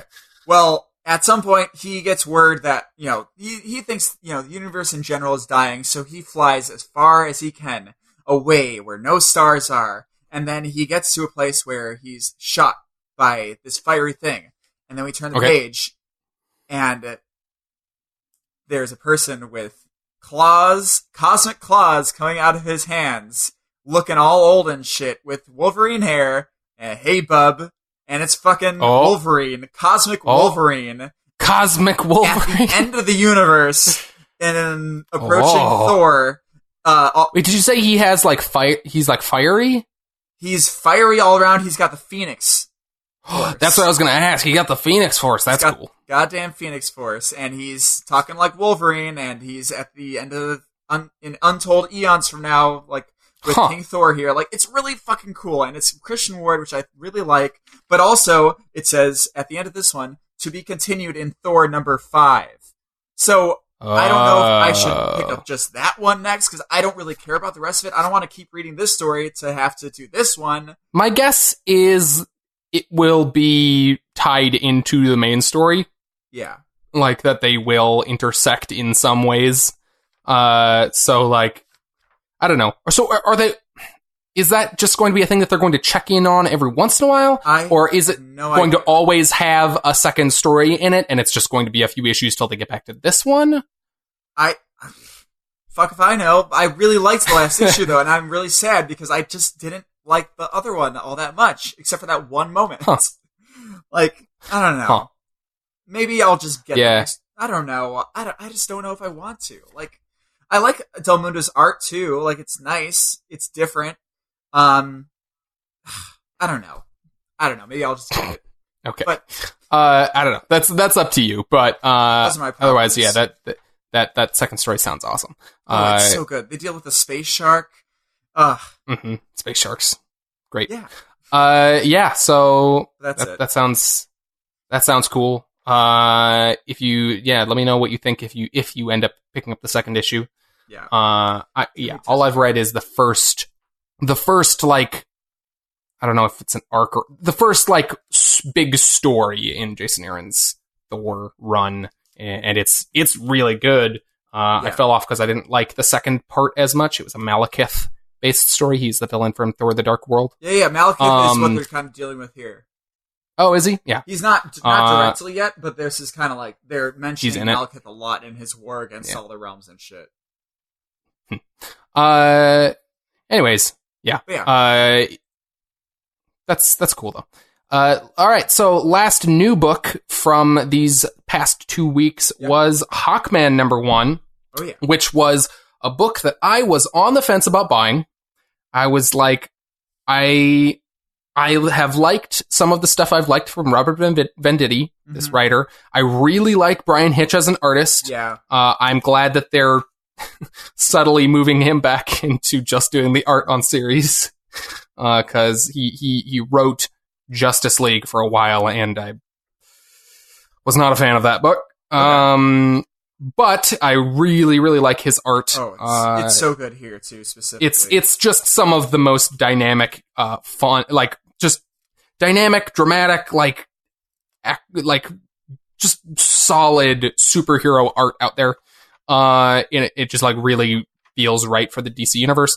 But I wasn't. I don't know. I'm not a huge Hawkman fan. I don't know. Mm-hmm. He's fine, but I've never really gotten into the character. But I ended up picking up this issue, and you didn't.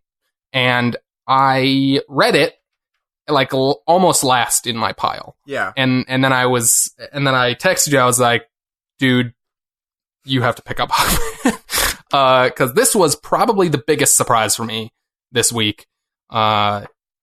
These last couple weeks. Yeah. So Hawkman as a character is a character who, so in the Golden Age, he was an archaeologist who finds these magic wings, and he goes on adventures, and then in the Silver Age, they reinvented him in a very Green Lantern-esque way as, actually, now he's a space cop. So he's from this planet Thanagar, and he comes to Earth, and he pretends to be an archaeologist named Carter Hall. Huh. And so every run between then and now has kind of wavered between leaning kind of one way or the other. Are we leaning more into the space cop angle? Are we leaning more into the archaeologist angle? Or are we just doing kind of a generic superhero book because people don't know what to do with him? Yeah. And this is a book that, one, is in some ways trying to bridge the gap, but in some other ways is leaning very hard, at least in this first issue, into the archaeology angle on this character. And this first issue feels almost like this is going to be Indiana Jones in the DCU. Yeah. He's raiding this ancient tomb of Gorilla City. He steals an artifact, and this giant gorilla statue attacks him and chases him. And we get some cool character kind of work about, like, he's into history because he's trying to look into his own history, because Hawkman as a character is kind of he's not immortal, but sort of effectively is, because he reincarnates. Yeah. It's basically his thing. There's a lot of meta stuff having to do with this character too. Like, I know you're trying to say, like, some people go between there, but there's lots of meta, especially with this 2-page splash that we get here with all, I assume, incarnations of him from the past. Yes. I just read an interview with Robert Venditti where he was explaining that, like, part of the thing he wants to do with this series is clean up Carter Hall's backstory. Yeah. Because Carter Hall has, like, 2 or 3 different origins / backstories, and basically he wants to try to unify them and make him a more easy to understand character in this series. I'm excited to see what that kind of more definitive origin for the character is. Mm-hmm.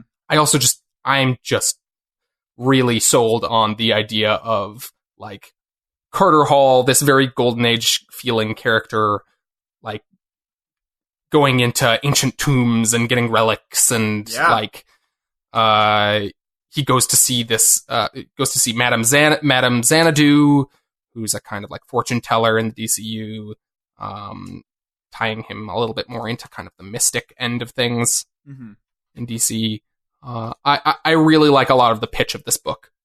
I agree. Like, it's really, I'm really, really excited because it's a character I don't know much about at all. And this looks totally up your alley. You really have to read Five Ghosts. You really do. It's all this shit. It's so great. And we have the second volume. But yeah, I'm really, really excited to learn about a new character. It seems like, God, I would love. It seems like a very Tom King style story with him delving into his history and backstory, and he looks very tortured. You know what I mean? Yeah, yeah. I'm not really sure what you get by the Tom King connection, but like, I don't know. Like, I just whenever I see these characters that are tortured by their own, like, maybe not so much. I don't know. I just feel like he'd be benefited by Sanctuary. You know what I mean? Oh, sure. Yeah, maybe. If he gets as, I think he and Hot Girl are on the cover to Heroes in Crisis. Yeah. I believe. I'll take it.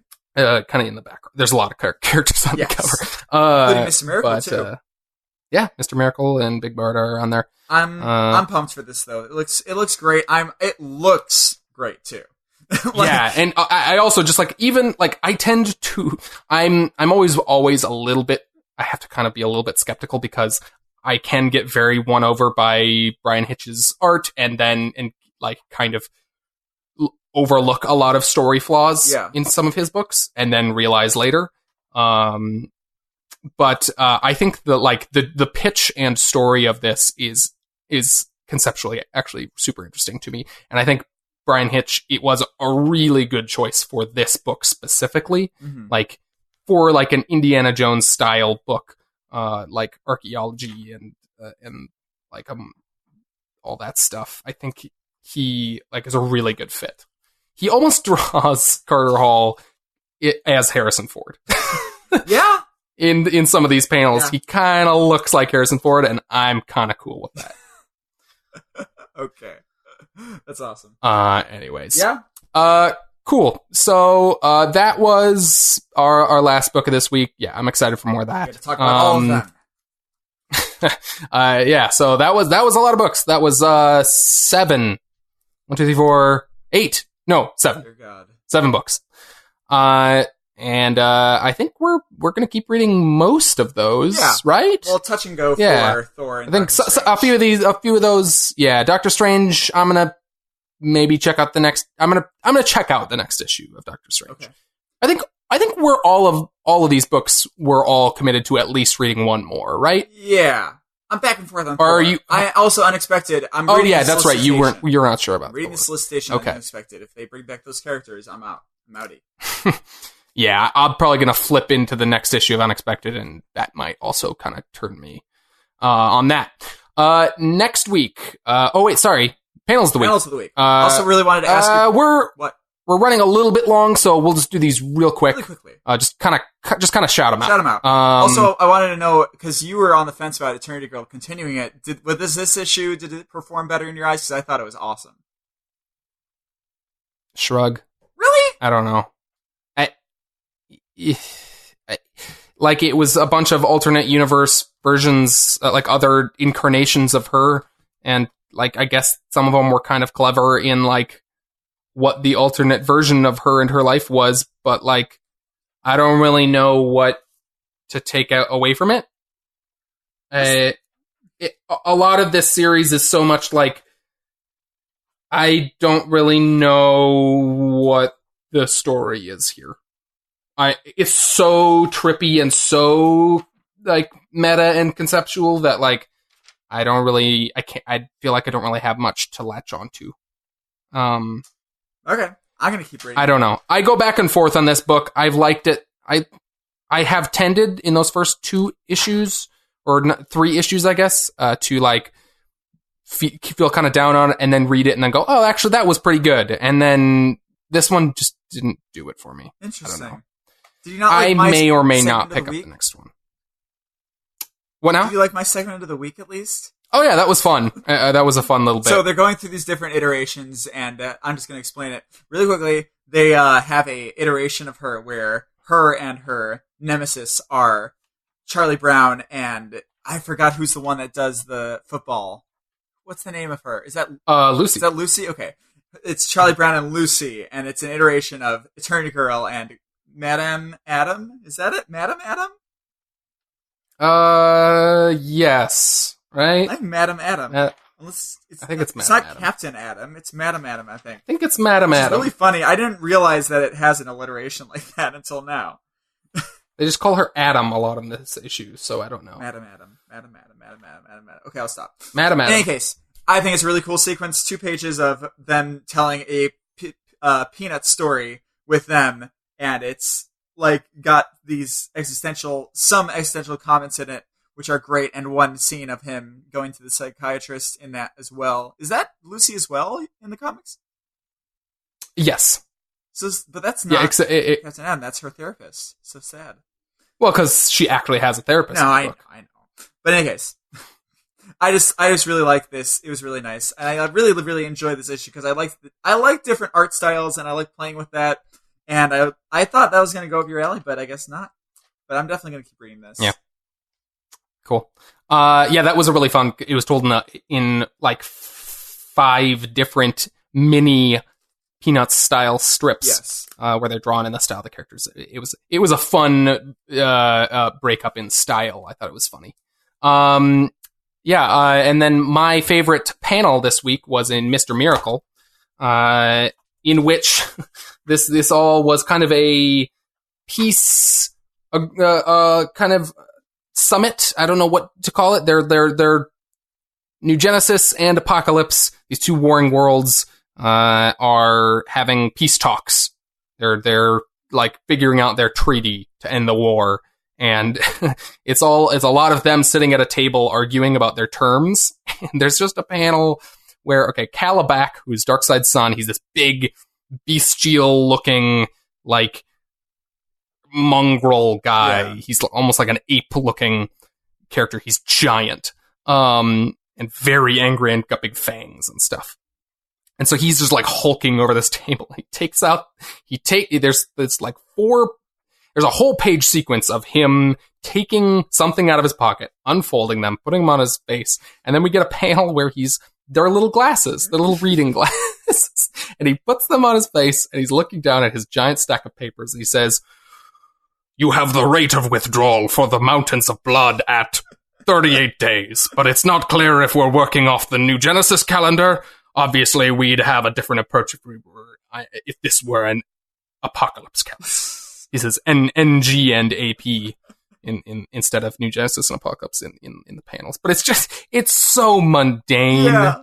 And it's one of the things I love about this series and Tom King's stuff in general is just how he like takes these big epic characters and puts them in these ridiculously mundane scenarios like this. Yeah.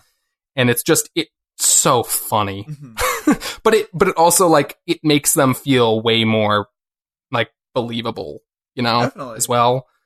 Like what do peace talks between these 2 worlds look like? Well, also I love like this. the zoom backs, the cutbacks to Mr. Miracle. He's in the same pose for 1, 2, 3 things, but right before the last one, he's like, "Okay, let's go, come on." You see this? Yeah. It's a great. That whole page is a great sequence, and only Tom King would spend like an entire page basically built silent for the most part, building up to this guy putting on his glasses. What about 2 pages of spit falling down a pit? Yeah, there's 2 pages right of spit falling through the air right before that, and captions. He's great. It's just so ballsy, and he's so good he gets away with it.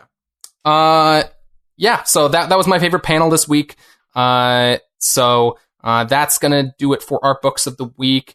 By the way, honorable mention for Mr. Miracle. I was almost gonna pick this mirror sequence, this whole page of him looking in the mirror and Barda joining him with their damage. Oh god, yeah, that was fucked up. So yeah, but also poignant and like, god, yet sad and heartwarming. Yeah, like there's a lot of stuff going on that page. Yeah. Yeah. Great. Really great. That series continues to be amazing. Next week, we've got a lot of books again. Marvel continues the parade of new books in a smaller scale. Next week, we've got Tony Stark, Iron Man, #1. Dan Slott's run on Iron Man. We've also got Avengers, Black Hammer, Age of Doom, Captain America, Doctor Strange, which I'll probably give one more issue, Gideon Falls, Justice League, New Challengers, which I am also going to give one issue and see if it is... Oh, you were telling me to get that, right? I think I was giving you a heads up it was coming out, but I don't think I was like bowled over by the first issue. I gotcha. I'm going to see how the second issue is. Okay. And The Man of Steel, which is, what is that, part 4? Part 4, of I believe. 6? Yeah, I believe it's part 4. Okay. Yep. So, God damn it, I need to know if Lois and John are alive. Just fucking tell me. We keep getting like one more panel in those flashback sequences of Lois and John every single issue. I know. At first I thought that like beetle looking thing was the night owl thing. I don't know. Oh, what is the thing? Archie, yeah. Archimedes. Yeah, cool. So we got those. Do we have time for listener questions? Really quick. We're just gonna answer Greg really quickly here. Okay. Real quick. We're gonna do listener questions. We have one question in here. Greg from Seattle. He asks, what did you guys think of Spider-Man for PS4 at E3 this year? Do you plan on playing that when it comes out? Do you have any hopes or concerns about what they showed at the show?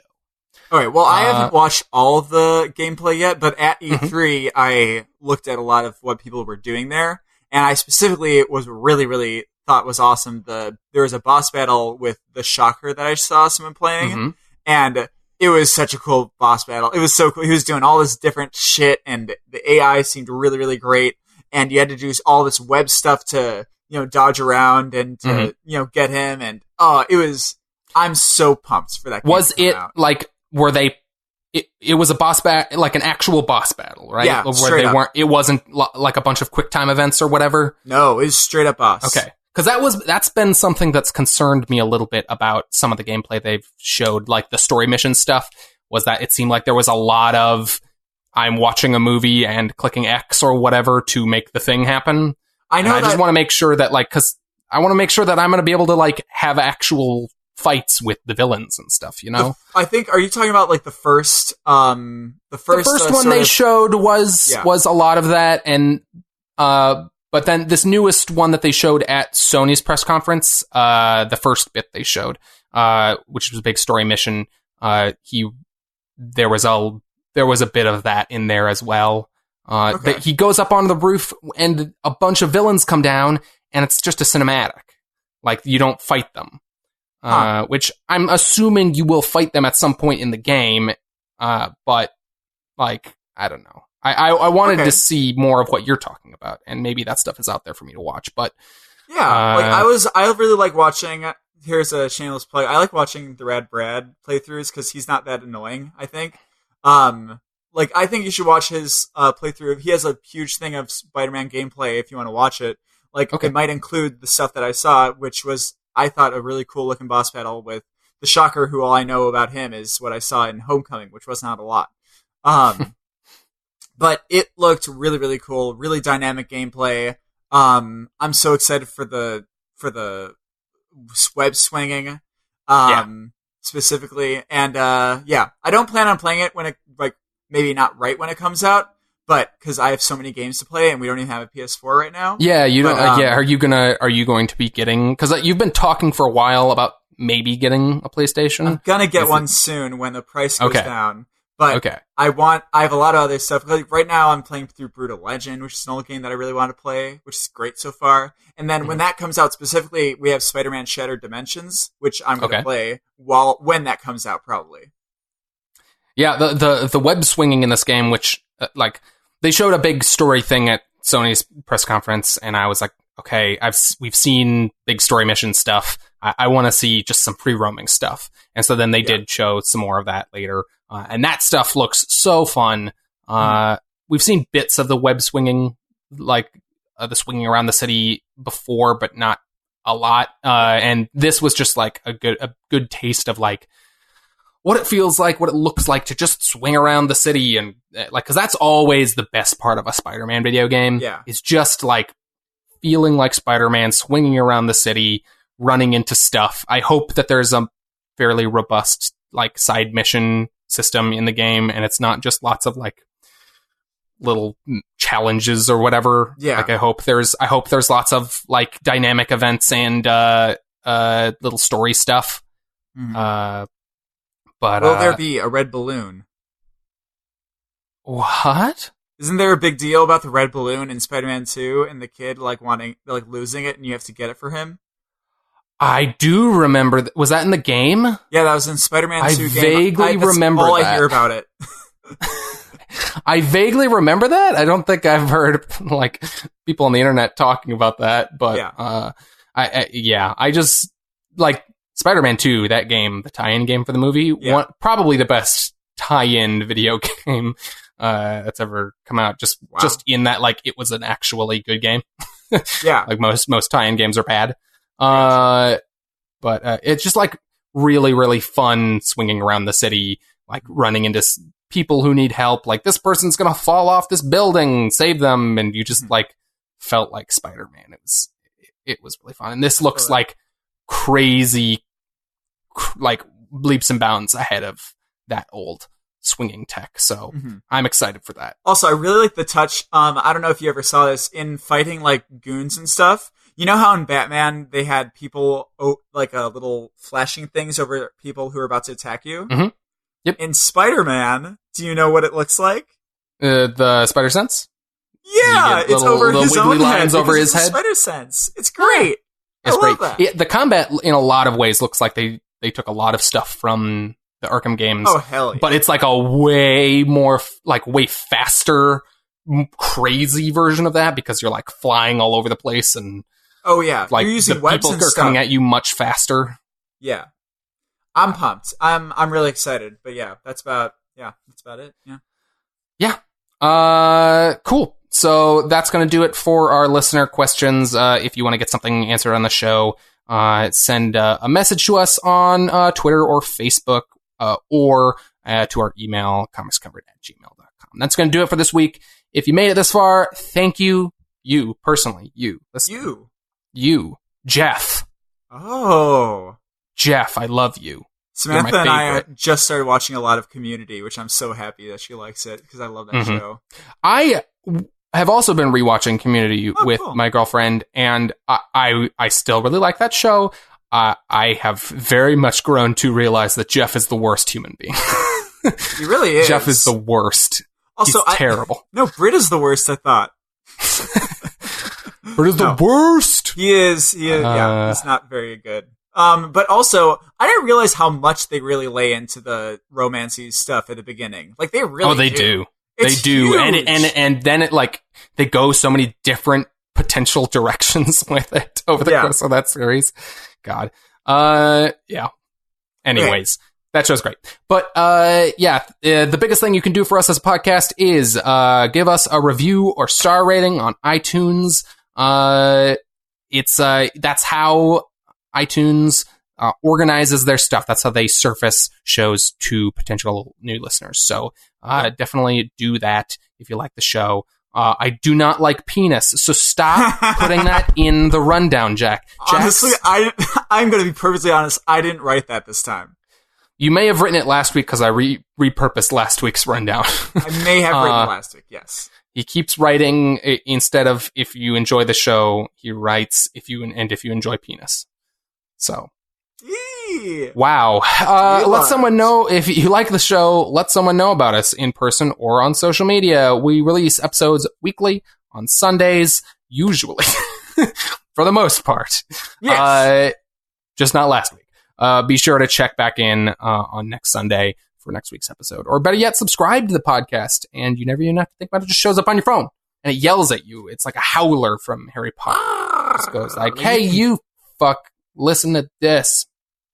Wow, that's a mean phone. That's a really mean phone. I guess I can understand that your phone is mean to you like that. Oh, sorry. Wrecked. I have absolutely no idea what that means. Like, your phone is mean to you because you're a bad person or whatever? Okay, that joke did not. I thought you were making a joke about my phone. The concept of your joke needs a little bit of workshopping, I think. Okay. In any case, and you can do that you can subscribe, that thing, on iTunes, Stitcher, TuneIn, Overcast, and Google Play Music. So whichever podcast app you prefer, we've got you covered. Thank you. In the meantime, before the next episode, you can find us on Twitter and Facebook under the handle @comicscovered, as it's usually spelled. You can also find web archives of all our episodes at comicscovered.fm. libsyn.com, Libsyn, and on our YouTube channel. Or, well, I'm going to take that out soon. Yeah, we have video versions, not where we're on screen being like, oh, we're talking comics, but like where there's a picture and then we talk, but not a video of us because I'm naked right now and you don't want to see that. You can listen to the show on Facebook or YouTube. They're not videos, but you can listen to them. Well, they are videos. On those sites. Technically. But you can also send us an email or a message on Facebook and Twitter, or at our email, comicscovered@gmail.com. Thank you, all of you, Jeff, for listening. I am going to Chinese food. By the way, both of our friends just got married, which is crazy. Got engaged. Sorry. Yeah, our friend just got engaged, and we should get him on the show sometime, because he's read something that neither of us have read, which is the Dark Phoenix saga in X-Men. I have that on my nightstand, and so I literally have not... on your nightstand?